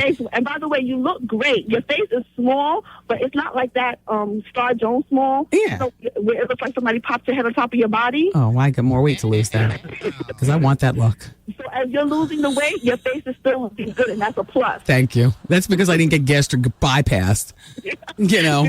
I went on LA weight loss where, you lose anyway. Thank you. You do your thing, Wendy, and thank you. Thank you, Suzanne, and good luck with whatever decision you make. All right, thank you. Yeah. Bye. I hooker. I'm just playing. Jeremy's on line number 1. He's 16 years old. He's a fanatic for the show. That's all I can say. Wendy. He's from Miami. He's taped every episode of this radio show. He just discovered the show approximately how long ago, Jeremy? Since 2004. Yes, and he tapes every episode. So he flies up from Miami to New York last week, and coming by here was like a huge deal. We pegged you for the killer, Jeremy, don't you? Hey, I know. I mean, all right, everybody, do you know who Stacey Anderson is? Of course you don't. You know what I mean? Do you know her nickname is Redbone? Of course you don't. You know why? Because you're normal people. Not Jeremy. Jeremy is such a radio fanatic and such a fan of, and I appreciate you being a fan of this show too, and this radio station. Stacey Anderson happens to be the music director here, right? Stacey walks in the room and just on a ha, I said, hey kid, I said, you know who that is? He said, he got all excited. He said, that's Redbone. I was like, oh, that's the killer. He's the killer. He's the killer. Wow. No, I'm not, Wendy. Yes, you are. I'm just a big fanatic of radio, that's all. And Wendy, let me tell you, you are so beautiful in person. I mean, contrary to what people say, you are very beautiful. Thank you. And you were very nice, and I really appreciate it. But I wouldn't let you hug me. Exactly, I know. And but you asked twice. And you remember, despite all of that, though, I still thank you for letting me come up. You made my entire year. Oh, Jeremy. Or years to come. Oh, Jeremy. Until Goose to stop hitting that music, or Trev. Yes. No, that would be Goose. Goose, stop it. And Goose, I thought Goose was older than that, but he looked kind of young. Yeah, well, he moisturizes with St. Ives. Yes. And Trev was nice, and so is Taryn. Yeah, Taryn but they is an extreme sweetheart. Yeah, but we all thought collectively that you were the killer. Oh, yeah, right. Yeah, no, please. Little old me. You saw me. I only weigh like a $1.05. Yeah, but that hammer in your pocket. You know what I'm saying? That hammer in your pocket. That's where the weight is. Did I leave my tags on the console? I don't recall. Okay. Yes. Well, thank you, Jeremy. You back in Miami? I'm back in Miami, unfortunately. I didn't want to leave New York at all. Yes, it's a wonderful city. It is. I think that might be one of my choices for college. Yes, and if you came here and you interned, who would you kill first? Nobody. All right, Jeremy. I just want to thank you for autographing all. Were you shocked at all the stuff I brought for you to autograph? It helped me decide that you're the killer. Oh, God. Jeremy had all this, like he's a real Wendy fan. He had all this stuff that I was like, wow, where'd you get this? And I autographed it all. Exactly, and I appreciate you for that, and I will continue to listen until forever. Uh-oh. Jeez. Thank you, young man. Thank you, Wendy. I really appreciate it, and I love you even more. Take care. Bye-bye. You too. Bye. Got any of Wendy's DNA? Yeah, probably. He probably scraped it off the pen. Oh, my God. Are you serious? Bye, Wendy. Bye, Jeremy. Mm-hmm. Well, there's an article in today's Daily News. It's talking about how Kiss FM is celebrating their 25 years of being in business. And in the article, Toya Beasley says some very nice things about yours truly. It's all about their radio station. But then she says, it was Wendy Williams at Kiss from 1989 to 1994 who showed you that you could talk more in the afternoon. She kind of changed afternoon drive for urban stations. Williams is now on WBLS opposite Bayston, which reflects how closely Kiss and WBLS have been linked over the years. Now watch Vinny call in here. Why are we talking about? This is friendly fire, Vin. Thanks, Toya. Praise the Lord. I could always count on Toya. She was the closest thing to church. You could go in her office and she'd have her Bible there and read you a passage and, talk all church-like to you and stuff and make you cry, you know. And then somehow you leave. You felt like you visited church. A lovely woman. Cute kids, too. I guess they're adults now. Well, we're celebrating 35 years of serving the community. Thank you very much. Beat that.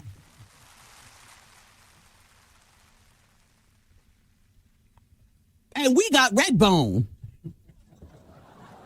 And we're all going to Puerto Rico. Hey.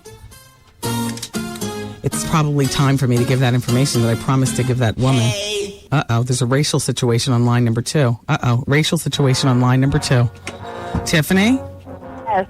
What happened? It's Wendy. Hi, Wendy. Hi. Oh, my God. You would not believe that today the kids were walking around school with Confederate flags on all day long. No one said a word, did anything to them. Come the bell ring at the end of the day. Ooh. And they jumped. All the black kids, boys and girls, choking, punching, hitting, doing whatever possible they could do. Oh. Wow. Yes. Where did this happen? What school is this? This is Brick Township High School. Oh, Brick had its reputation when I was growing up.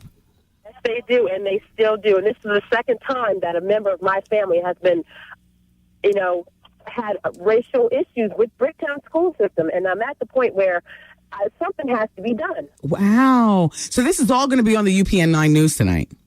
I would really hope so. I'm at my sister's house now. We're getting ready to powwow together and, call everyone we need to call to make a big stink of what's going on here. I don't care if it has to go to the NAACP, and it wasn't just the kids.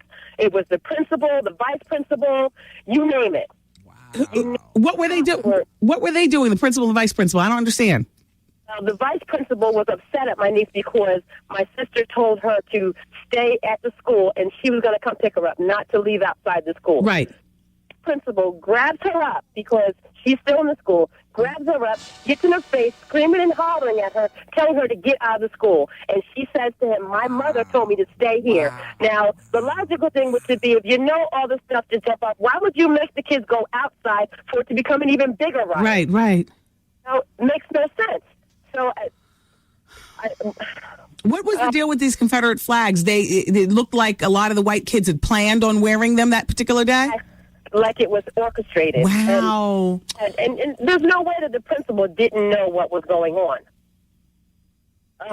Livid. I am so livid right now. I'm shaking. When I was growing up in Ocean Township, Wall Township, Brick Township, those were two of those school districts. Those were two of them places where, we just always realized folk wasn't welcomed. Right.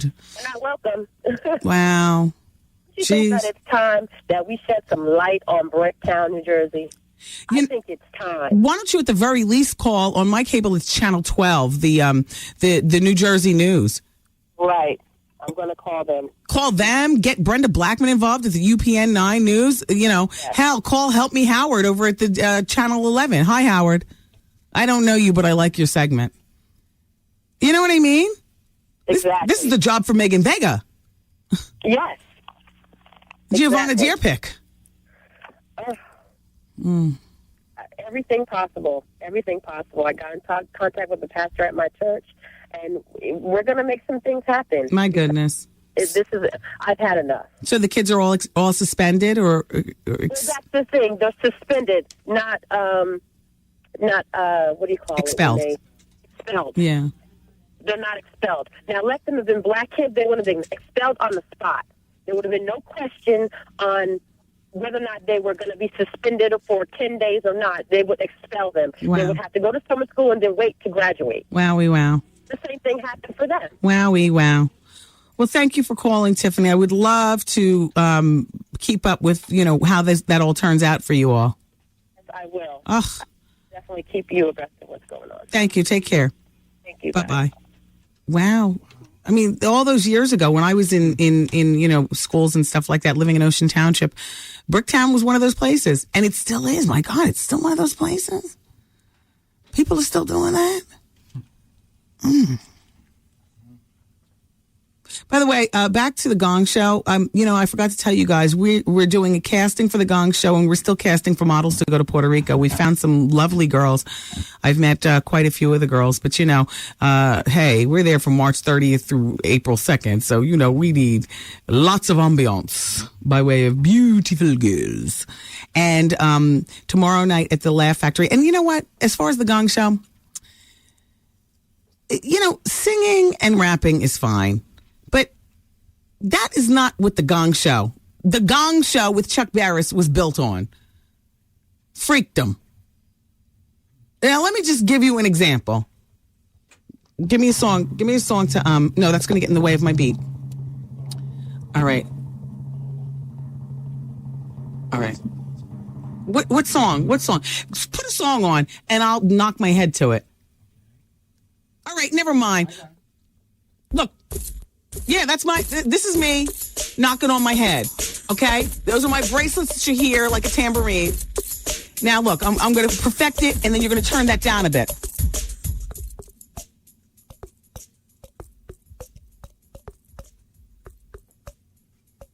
Wow. Turn this beat back up. Only thing about this beat that I'm not proud of is I did a breakdown, and he never enclosed the breakdown. Turn this up. See, this is just going over and over the same beat. You see, he looped the same beat. At one point, I did a breakdown on my head, and he was supposed to include the breakdown in this. Let me do the breakdown for you. Turn that down.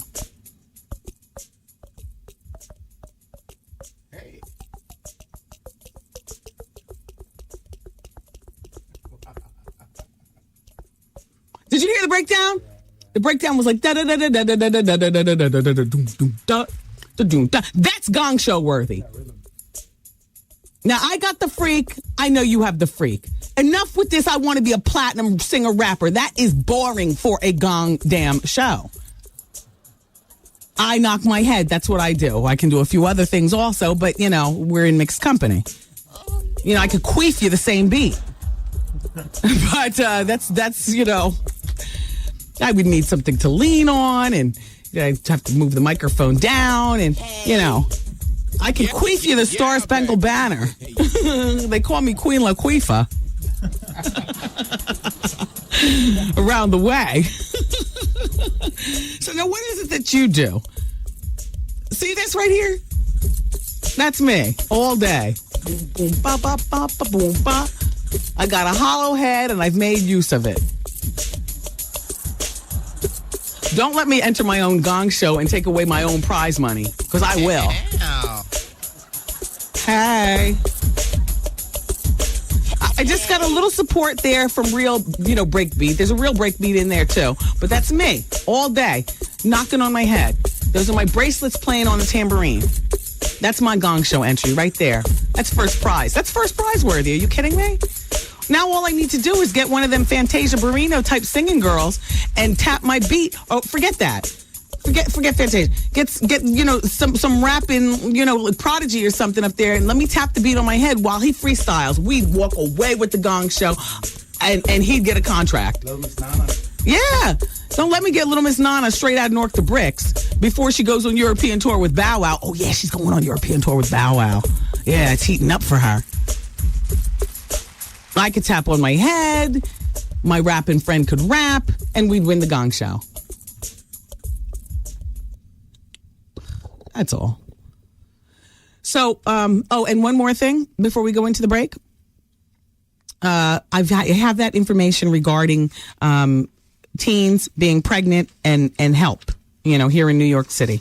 I promised that I was going to give it to the woman who called during Advice Hour, and I'm going to deliver on that promise. Also, I'm going to take more of your phone calls, and we can gossip. I mean, you know, I can repeat the events of the day that I talked. I don't have anything fresh for you. I can tell you what I talked about Beyonce, about Joelle Santana, Busta Rhymes, Lauryn Hill.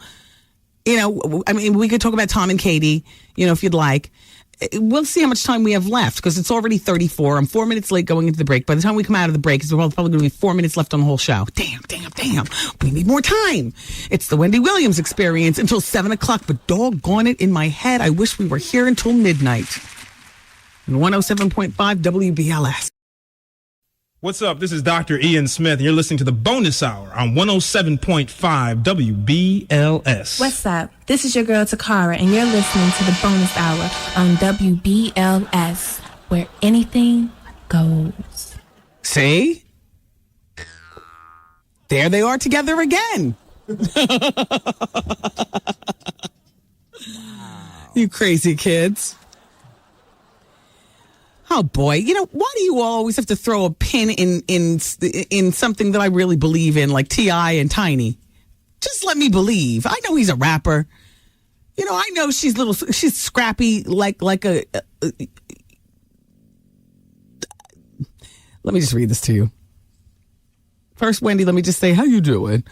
Well, I know you like Tiny and all, but in December I saw Tiny and T.I. at a club in Miami, and he approached one of my girls, who most guys gravitate towards, you know, the exotic type with the hair, the hips, and the eyes.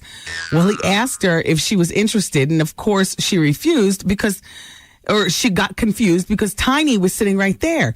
Then he went on to say that he meant that he wanted her for his girl, Tiny. Well, my homegirl doesn't swing that way, so she just walked away. Well, I just wanted to comment on T.I.'s pimping out Tiny. I guess that's his love for her. That's not... Hold on. I believe that would be Tiny pimping out T.I. You got it twisted. So first, clap it up for Tiny. Go. Second of all, nothing surprises me anymore. So thank you. Thank you for that. Mm-hmm. Greg is on line number 6. He's the one who sent the strawberries earlier. You didn't send the chocolate sauce, and the office was upset, but we don't need the chocolate sauce anyway. Thank you, Greg. Very welcome. Yes, and we haven't had a chance to listen to your promo. Actually, Trev Hollywood, did you see Taryn back there in production? She was listening to maybe a singing promo for the show.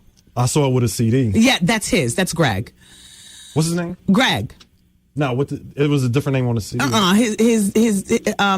The name is what's your name? Falsetto. Falsetto. Oh, yeah, that's one. Yeah, that's you. Yeah, she got it. Yep, she got it. Did you sing "How You Doing" in falsetto, Lee? Excuse me? How you doing? Like that. I can give it a shot. Let me see. Let's do it now. Right now? Yes. In a very high voice like that? Yes. All right. How you doing? Did you hear him? All right, so thank you. That's how you do it. Work. How you doing? Work to the left. Turn to the right. How you doing? Ooh, Wendy girl, you better work. Oh, I was tapping my head to it. I was getting it. Work. Oh, gosh, I have a new talent. Look, I can do it, and I can tap on my head and sing. Look. Wait, no, that's in the way. Look. Work to the left. Work. How you do? All right, we'll play my nails. Work to the left. Work to the right. Work to the left. I queef for you, but like I said, I'm not doing that on the radio because I could queef out "How you doing?" Greg, we'll listen to your promo. I'm glad that you sent it. Thank you. Definitely. I just wanted to say, though, I heard that some people were disappointed with the fact that there was a lack of chocolate with the strawberries. Yeah, well, but we don't want it. Nobody needs it here. I know. I just wanted to say if that was an issue, I'd be glad to bring some back next time. Oh, Greg, you're too kind. Thank you, Greg. You're very welcome. Bye-bye. Bye-bye. Okay. For those of you with teenage daughters, family members, girls in general, and they might be pregnant now or they've had a baby and you want to help them get their life back on track, I do have some programs in the tri-state area. I'm talking about New York because this woman needed something for Manhattan, but I have Manhattan, Long Island, and Queens, Brooklyn, and the Bronx. So the boroughs. There's a place called Borough Pregnancy Counseling Center. It's in Queens. It's in Flushing. I'm going to give you the websites, and you please do your own research, okay? BPCC. Oh, hell. I'll give you the telephone number. This is too long of a web address. 718-961-HELP. Also in Queens, there's a place called Bridge to Life. They offer women who choose to have the babies other things besides clothes and baby furniture. They also offer referrals to medical and legal help and whatnot. So the Bridge to Life is just that, thebridgetolife.org. In Long Island, there is a program called the Care Center. And the Care Center has a website in Long Island. It's called freepregnancyhelp.com. Not .org, .com. freepregnancyhelp.com. In Manhattan, you can go to expectantmothercare.org. And that's also an organization. It's one of the oldest and largest in New York City, serving over 4,200 women and girls per year in all 5 boroughs. Yeah, this one's called Expectant Mother Care. And you add the .org, you can go on their website. Then there's Midtown Pregnancy Support Center at 212-689-1414. 1705. This is important. I mean, you know, you grow up to hear if you have a baby when you're a teen, your life is over. You know, you almost buy into that because I don't see enough Whoopi Goldberg happy endings. Like, I don't see enough of that. But in fact, and this is not to encourage girls to have sex and take off the condoms, but your life is not over with the proper support. My mom volunteers 3 times a week in Miami. She's teaching girls with the babies. The babies are in one room and the girls are in another, and my mom is teaching them. What is she teaching? I think Mom told me she's teaching English. Not English like as a second language, but English, because these girls have got to pass. There's a state test in Florida. You got to pass that test. These girls have been so busy sexing it up and zipping it low and dropping it like it's hot and pushing out puppies that they've missed out on a bit of their class. A little humor in there, but I'm trying to be serious also. You know, she's trying to help them, you know, get ready for the state test so that they can obtain their high school diplomas and then go on. And her in her own way, you know, she's learned a lot. Wendy, life doesn't have to be over. If there's a message that you can give the girls, I would have never thought I'd be saying this, Wendy, because if you and Wanda did this to me, I don't know what I would do. But at the time, I thought life was over. Life doesn't have to be over. The volunteers are nice people. Look, I'm one of the volunteers. I'm like, that's debatable, Ma. You know? But life doesn't have to be over with the proper support and focus from the girls. Although I don't encourage it at all. And if I had a daughter, I'd crack her skull. And after cracking her skull, I'd pick up the pieces and I'd support from afar. Yeah, you can't live here. Yeah, I know. 212-689-1705. That's another one. Then in Westchester County, because the Westchester girls have babies too. There's the Pregnancy Care Center again. Except in Westchester, it's 914-235-9535. All right. Good luck.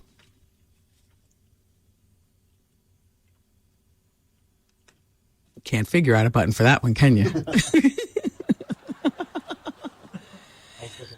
Yes, I know you're very bored. You're not a teen. You're not a girl. You don't have kids. Let's move on, Wendy. Well, I'm sorry. Everything is not for everybody. When I talk about queefing, I'm sure you wanted to tune out too. Oh, you could let go of the Kegel, by the way.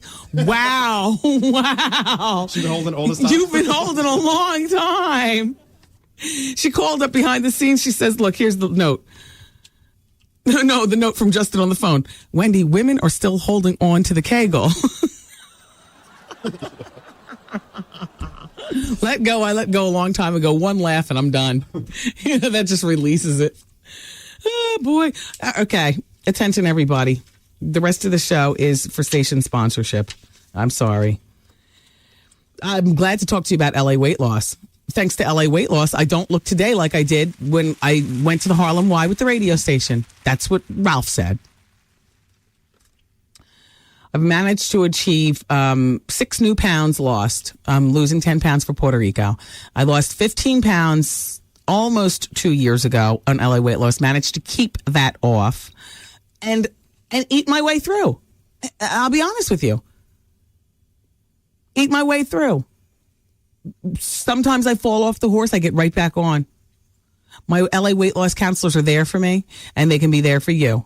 Everybody on the program gets an LA weight loss counselor. I'm going to give you the telephone number. You tuck it away, and when you're ready, join the most, as far as I'm concerned, the most enjoyable weight loss program. If you can use enjoyable and weight loss in the same sentence, they've managed to do it.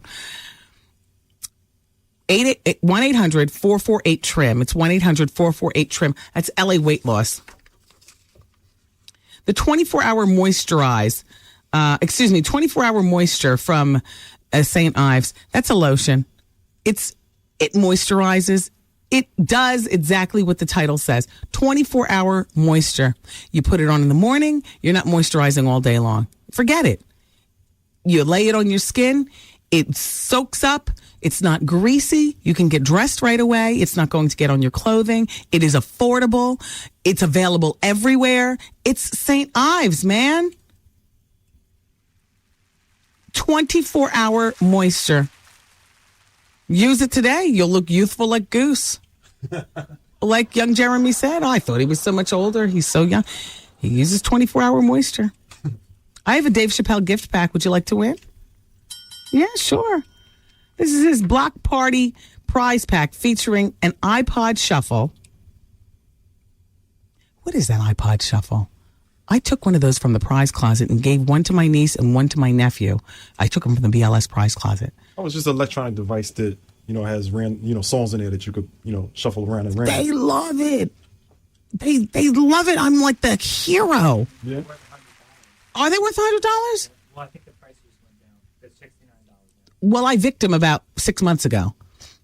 So, yeah. So it was up there when the price was up. I sent one to each of them. Oh, I was a hero. Yeah, that's a nice gift. Yeah.